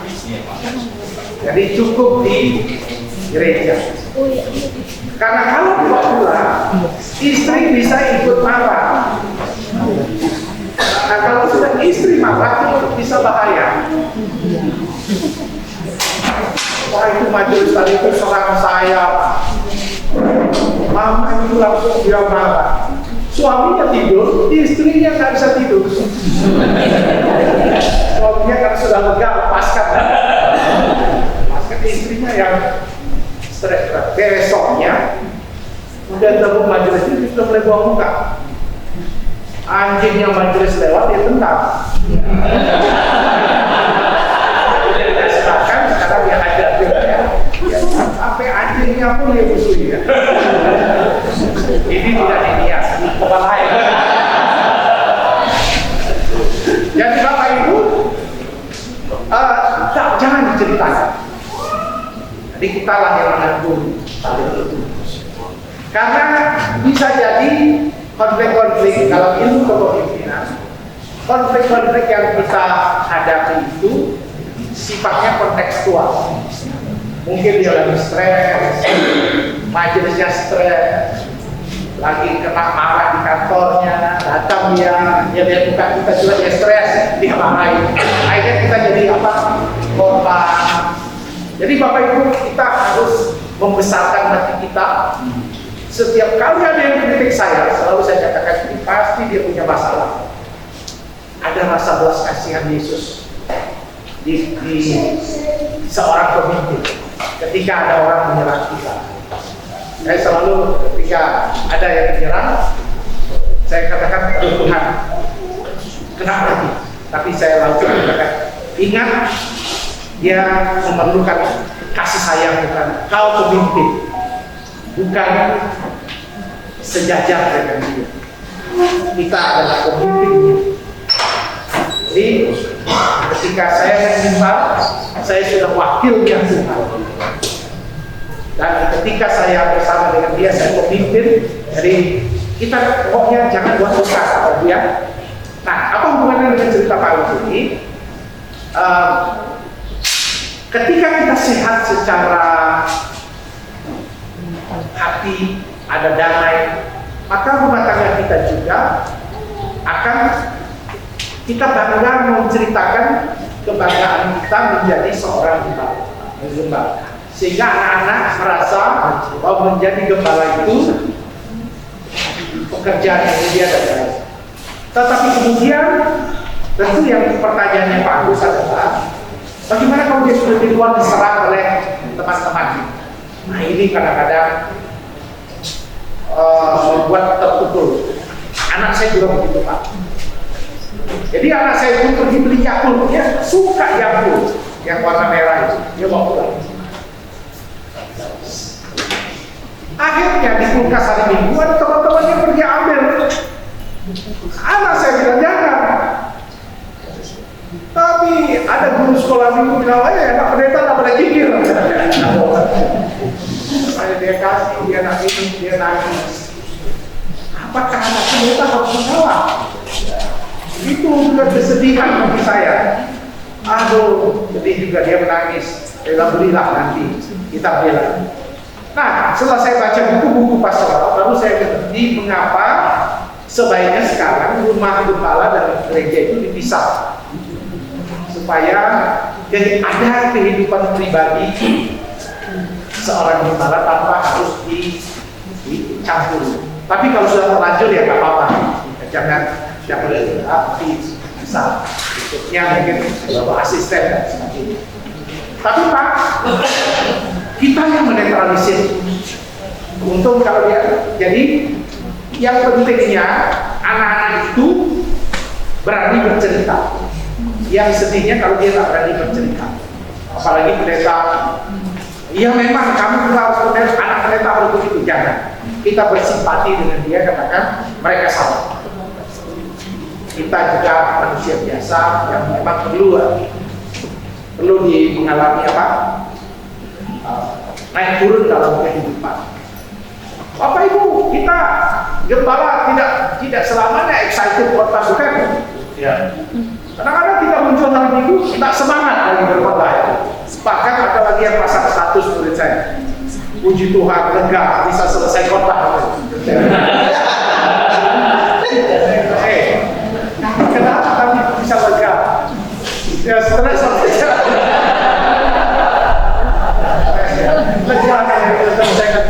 Itu anugerah Allah ya. Tapi jujur, dia jujur. Memang kita ini tidak selamanya. Jadi Bapak kita bimbing dan anak-anak kita dan kita lah.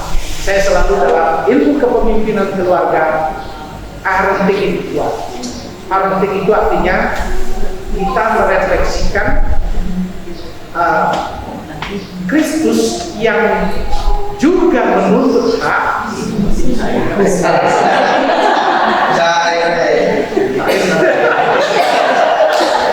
Saya juga begitu motor.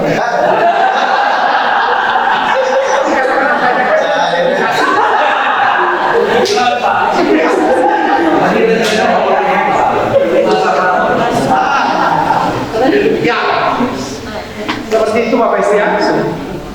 Jadi kita yang melatih anak-anak kita yang memberitahu dalam parenting. Ingat, mereka memang sesimpel apapun pengetahuan kita tentang membesarkan anak. Tapi kalau kita mau mempertunjukkan karakter Kristus dalam kepemimpinan, mereka pasti akan merasakan lawan. Yang pentingnya kasih. Kalau dia berdosa, kita ingat, aduh dulu juga saya seukur dia nakal juga, ngerokok, aduh saya ingat dulu juga saya pernah merokok juga. Jadi kita tidak ada rasa takut, gentar. Ini seperti itu Pak. Ya Pak, ini tantangan berat sebagai orang tua. Selanjutnya, nah ini kita sudah gelap, tapi akhirnya ada yang terima kasih Pak sudah memberikan terang cahaya. Tapi maksudnya terang ini supaya ada angin lewat. Karena kita harus merasakan panas ya, supaya kita tidak tertarik ke neraka. Itu dia yang panas diajar. Baik, nah tantangan kepemimpinan di era digital adalah penurunan partisipasi ibadah fisik. Ini sudah terjadi di kota-kota, maka hybrid sebagai solusi. Budaya instan dengan pemulihan seperti Bapak katakan, informasi rohani mudah diakses tetapi kurang pendampingan, ini juga terjadi. Kehilangan batas antara hiburan dan ibadah, ini juga yang menjadi tren saat ini. Orang mencoba membungkus ibadah dengan hiburan. Nah, kita itu benangnya tipis, tetapi Bapak Ibu, saya ingat ada namanya Pendeta Jimmy Setiawan. Dia selalu mengatakan begini, yang penting penyembahan kita adalah kristosentris, teosentris, yang membuat kita selalu latih pemimpin-pemimpin pemimpin Kristen itu untuk membawa jemaat menyembah, itu tujuannya, bukan untuk bagaimana dia perform. Kadang-kadang lama-lama pemimpin pujian itu suka memuji dirinya, itu juga menjadi masalah. Tapi dengan cara yang halus. Saudara-saudara, suara kami bagus bukan karena diri kami, tapi karena Tuhan. Mungkin muji dirinya. Kami hebat ini bukan karena kebaikan kami, itu semua karena talenta yang Tuhan beri. Mari kita bertemu lagi. Pujian diri tersebut. Nah, ini kita melatih para pemikir kita untuk membuat narasi-narasi yang ya boleh ya, kami ada di sini, itu aja cukup ya, karena kebaikan Tuhan semata-mata, boleh lah. Tapi jangan bilang ya lihatlah drama nasional ini semua ada karena kebaikan Tuhan, puji semua ya. Sebenarnya kami semua orang sibuk, saya bisnismen ini, tapi semua di sini karena anugerah Tuhan. Jadi selalu dia sentralnya kepada diri. Kita boleh menceritakan kebaikan Tuhan. Ada juga pendeta yang kata begini, saudara-saudara, saya sebenarnya ada di persimpangan jalan pada waktu saya menjadi hamba Tuhan. Saya ini sebenarnya lulus akmil, akademi militer. Tapi saya kemudian jadi hamba Tuhan. Kalau tidak, sebenarnya saya sudah berteman dengan jenderal siapa dulu saya lupa.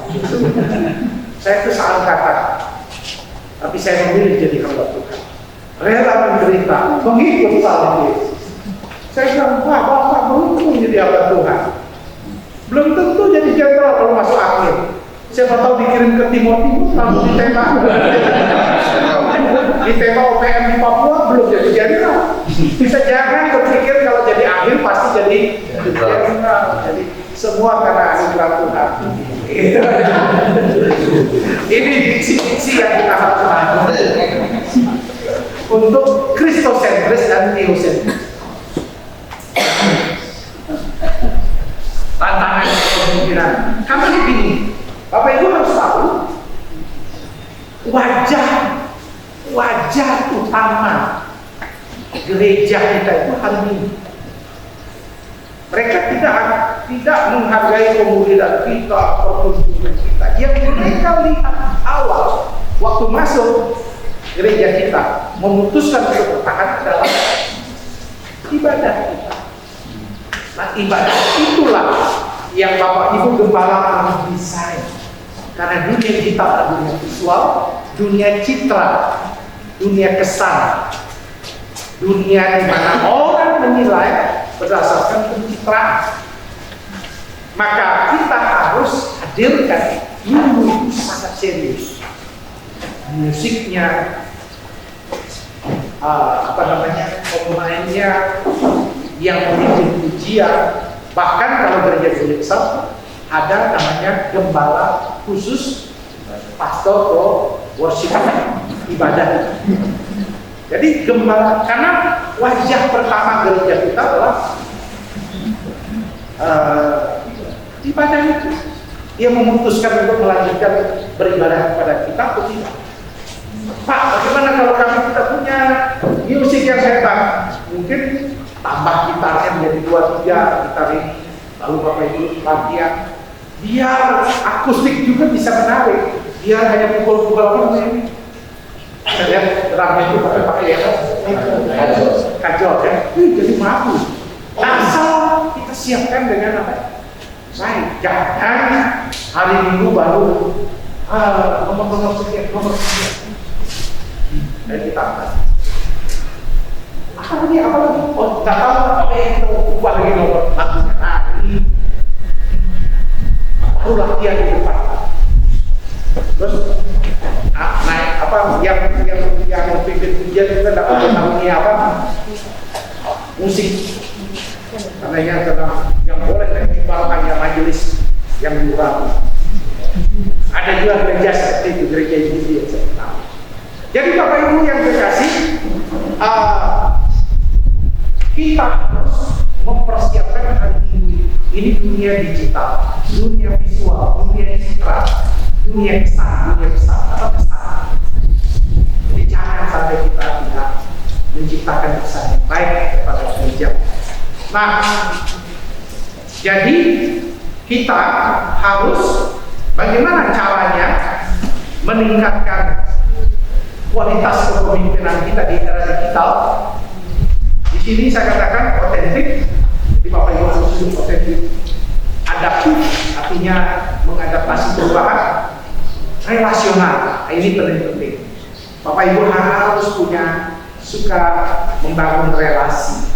Kalau Bapak Ibu orangnya minder, nggak suka nyapa orang, latihan. Dan kalau menyapa atau cara ngomong, senyum saja, sehat-sehat, baik, Tuhan berkati, kalau perlu tumpahkan tangan dan sebagainya. Jangan dibiarkan pulang dengan tanpa senyum. Jadi kalau ada yang datang ke gereja di era digital kepemimpinan kita ini, kita tunjuk orang-orang yang menjadi penyambut tamu yang senyum, yang tidak punya karunia senyum dibatasi. Tidak boleh. Tidak boleh memimpin. Menyambut tamu, relasional itu penting. Dan latihan bertanya, latihan basa-basi itu perlu latihan. Contoh, tumben datang itu tidak boleh. Mana aja itu orang generasi muda tersinggung. Kamu sudah kawin dia? Nah itu juga nggak boleh, anak muda nggak senang ditanya kapan kawin. Kok jomblo? Itu jangan ditanya. Jangan sok dekat, sok akrab. Istilah generasi Z sekarang. Jadi generasi digital nggak suka ditanya. Terus yang paling juga sensitif adalah gemuk. Kok gemuk sekali? Nggak boleh. Harus bilang apa? Sehat. Dia lihat, oh, senang sekali, sehat sekali ya. Jangan bilang apa? Gemuk. Laki-laki suka gemuk. Kalau laki-laki kok kurus sekarang? Arahnya kiranya dia sakit gula. Ya penyakitan gitu. Jadi tolong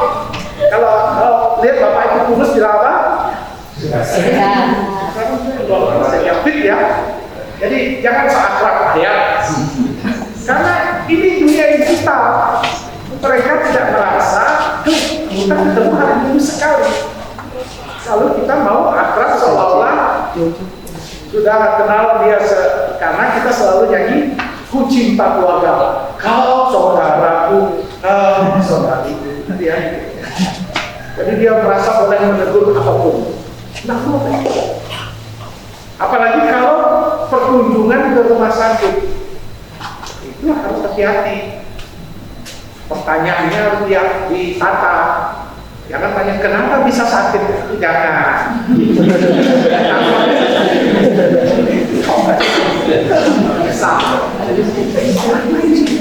Bisa kok sakit ini. Kenapa bisa kakimu patah ini? Dia sudah patah. Tanya lagi kenapa bisa? Ya sudah lah. Dia sudah lagi dioperasi, sudah begini, dia bergantung kaki. Kenapa ini bisa begini? Kenapa bisa itu? Ya kita kata tahu cara ngomong kan? Jadi kita mulai dengan kenapa bisa. Tahu kita tanya kenapa bisa. Ya kalau dia mau cerita ya apa? Kalau enggak, aduh, saya mendengar tabrakan ya. Nggak usah tanya kisahnya bagaimana. Oh, bagaimana itu sampai kamu ngemut ya? Lagi marah ya. Kita sakit mau dihabiskan lagi. Kenapa Bapak Ibu? Di dunia digital, diksi pemilihan kata adalah sebuah hal yang penting untuk pencitraan kita. Maka kita harus mencitrakan diri kita sebagai pemimpin yang mengasihi.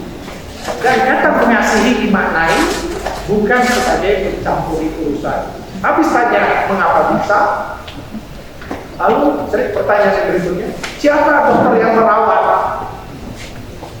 Oh dokter Gea. Wah, dokter Gea. Kemarin saya dengar ada pasien yang dirawatnya mati. Dicontoh aja Gea ya. Kalau itu stres dokter siapapun pokoknya ya pasrah. Jadi itu dokter. Kemudian apa lagi? Kita sering suka jadi dokter juga. Wah, saya dulu kena DBD. Saya hampir mati Bapak. Karena jemaat begitu baik. Bawa jus jamu, jus kurma, cacing, cacing mengeringkan kapsul cacing, semua. Lalu mereka tunggu saya sampai saya minum.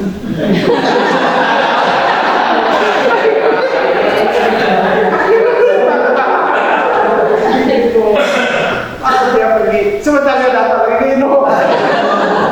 Pak, dokternya bilang, ini gembung perut. Aduh, Bapak Ibu, tolong jangan jadi dokter ya.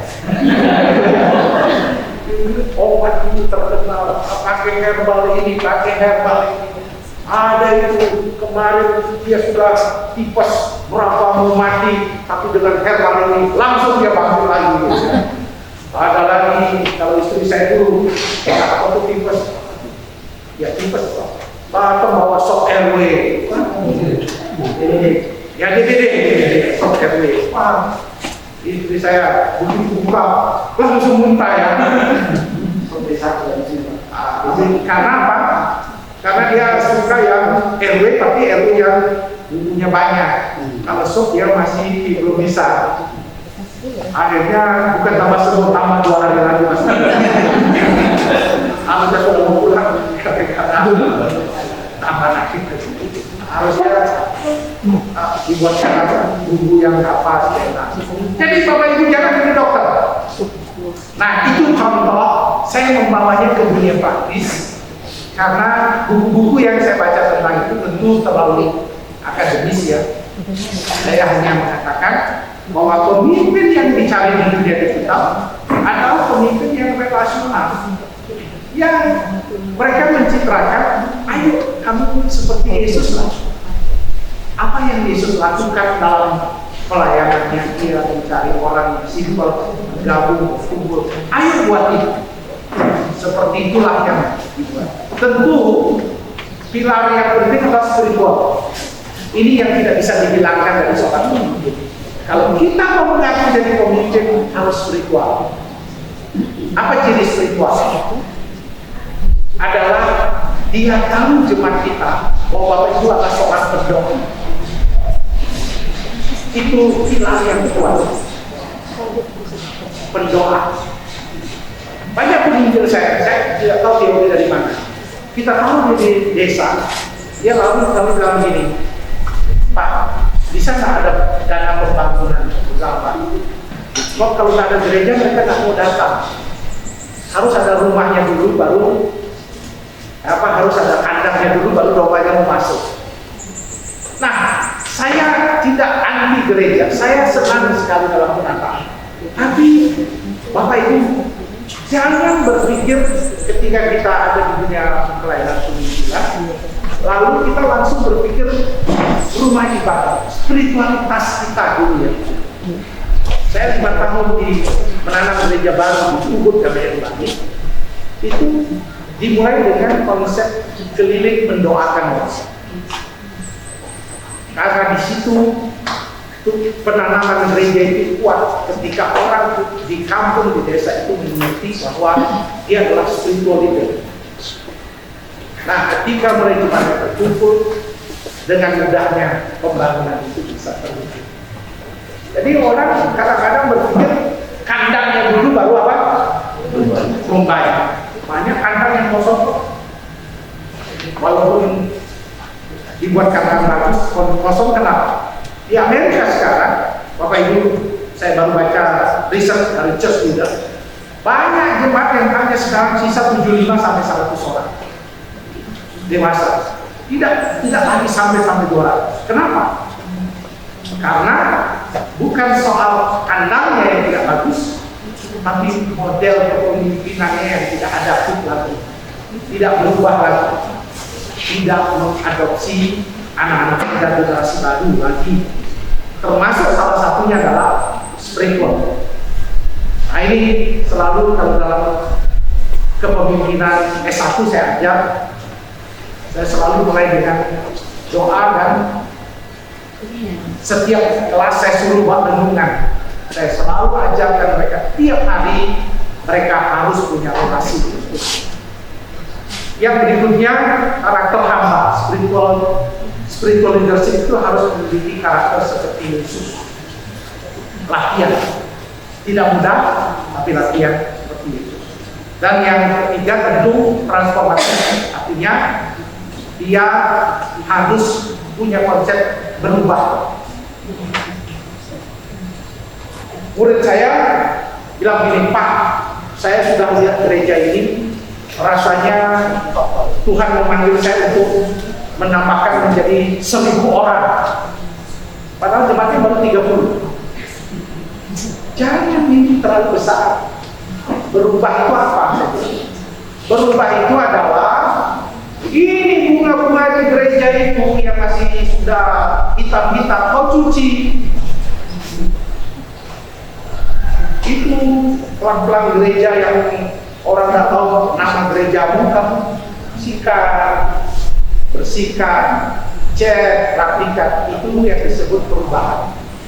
Orang akan percaya kita melakukan perubahan besar. Ini menurut John Maxwell. Ketika kita dilihat berhasil melakukan perubahan-perubahan kecil. Itu prinsip kepemimpinan. Jadi kalau Bapak Ibu mau melakukan perubahan besar, harus mulai dengan perubahan-perubahan yang kecil. Wah, saya frustrasi jemaat ini tidak mau berubah. Karena Bapak Ibu tidak dilihat melakukan perubahan apa. Jadi saya selalu katakan, kamu KKL, kalau bunga ini bunganya bersih, bagus sekali. Tapi pada ada yang sudah apa? Putih, tidak tahu lagi ini putih atau abu-abu. Nah, nanti kamu pergi cuci, bersihkan, WC-nya kamu buat baru, dan semuanya pelan-pelan kita ganti, WC pria dan sebagainya. Kecil, tapi sebagai gembala muda, mereka akan lihat, oh dia membuat perubahan. Nah itu prinsip ilmu kepemimpinan yang sangat sederhana, tapi transformatif itu terjadi ketika kita mampu membangun hal-hal yang kecil. Dan yang terakhir, karena ini terakhir, kita berharap listriknya hidup. Maka sebagai penutup, apakah strategi pelayanan untuk generasi digital?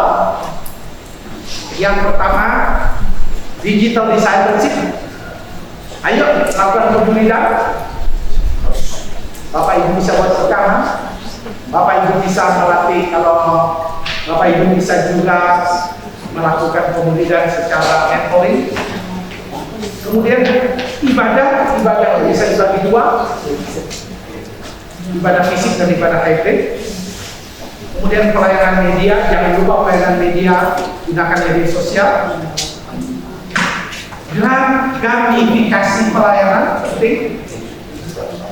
Selalu ada namanya hari apresiasi di gereja. Anak muda sangat kita apresiasi, guru sekolah minggu diapresiasi, ada namanya pelayan diapresiasi. Jadi kita memberikan reward untuk maju mereka ke depan karena mereka memberikan afirmasi pelayanan. Pada prinsipnya,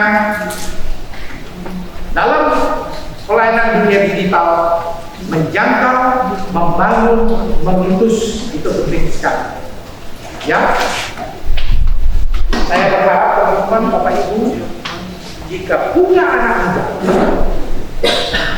langsung bilang di situ, ajak dia terlibat dalam pelayanan hybrid, ajak dia dalam pelayanan content creator, ajak dia dalam pelayanan ini supaya gereja kita semakin lama semakin dikenal. Jadi hari ini tidak perlu gereja di tempat yang strategis, yang penting Bapak Ibu bisa menggunakan Google Maps, lalu di situ diisi jam-jam kebaktian, sehingga ada orang datang ke Nias mau mencari gereja Bapak Ibu, tinggal lihat di Google, tinggal pesan taksi, sampai. Itu gereja modern, gereja yang menggunakan semua peluang-peluang digital itu untuk memaksimalkan kerajaan Allah. Oke, karena sudah sedikit lagi sampai jam 12, maka saya memberi kesempatan satu pertanyaan. Apa aja?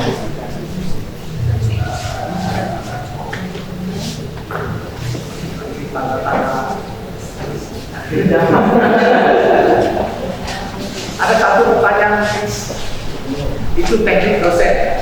Kita akhiri, ada pertanyaan? Nah, ada yang bertanya. Itu teknik. Tapi siapa tahu ada di antara Bapak Ibu yang penasaran tentang kepemimpinan, karena ini menyangkut yang pentingnya Bapak Ibu. Kalau Bapak Ibu di PGLI punya konsep tidak ada periodisasi, kalau di gereja kami ada periodisasi, kecuali dia perintis. Bapak Ibu tetap harus, misalnya kan ada gembala yang bisa tinggal seumur hidup, itu tidak masalah. Tetapi Bapak Ibu tolong mulai siapkan asisten, siapkan orang-orang muda untuk Bapak Ibu boleh berkembang sebagai pemimpin. Jangan sampai Bapak Ibu terus merasa diri Bapak Ibu efektif padahal sudah tidak efektif lagi. Itu titipan besar. Ada satu lagi mungkin pertanyaan dari ibu-ibu? Tidak ada ya? Tadi yang bertanya Bapak semua. Ibu-ibu aman semua ya? Oke. Dengan demikian maka saya mengakhiri pertemuan ini dengan berharap Tuhan akan memakai saudara dan kita sebagai gereja Injili, kita tidak pernah merasa minder dengan apa yang terjadi pada kita. Saya selalu katakan, Pak, kami gereja di desa, kami gereja ini, jangan, kita harus bangga di mata Allah, kita paling berkati. Karena kita menjangkau yang tidak terjangkau, yang tidak dipedulikan, kita bangga. Kita pernah bangga. Ini apalagi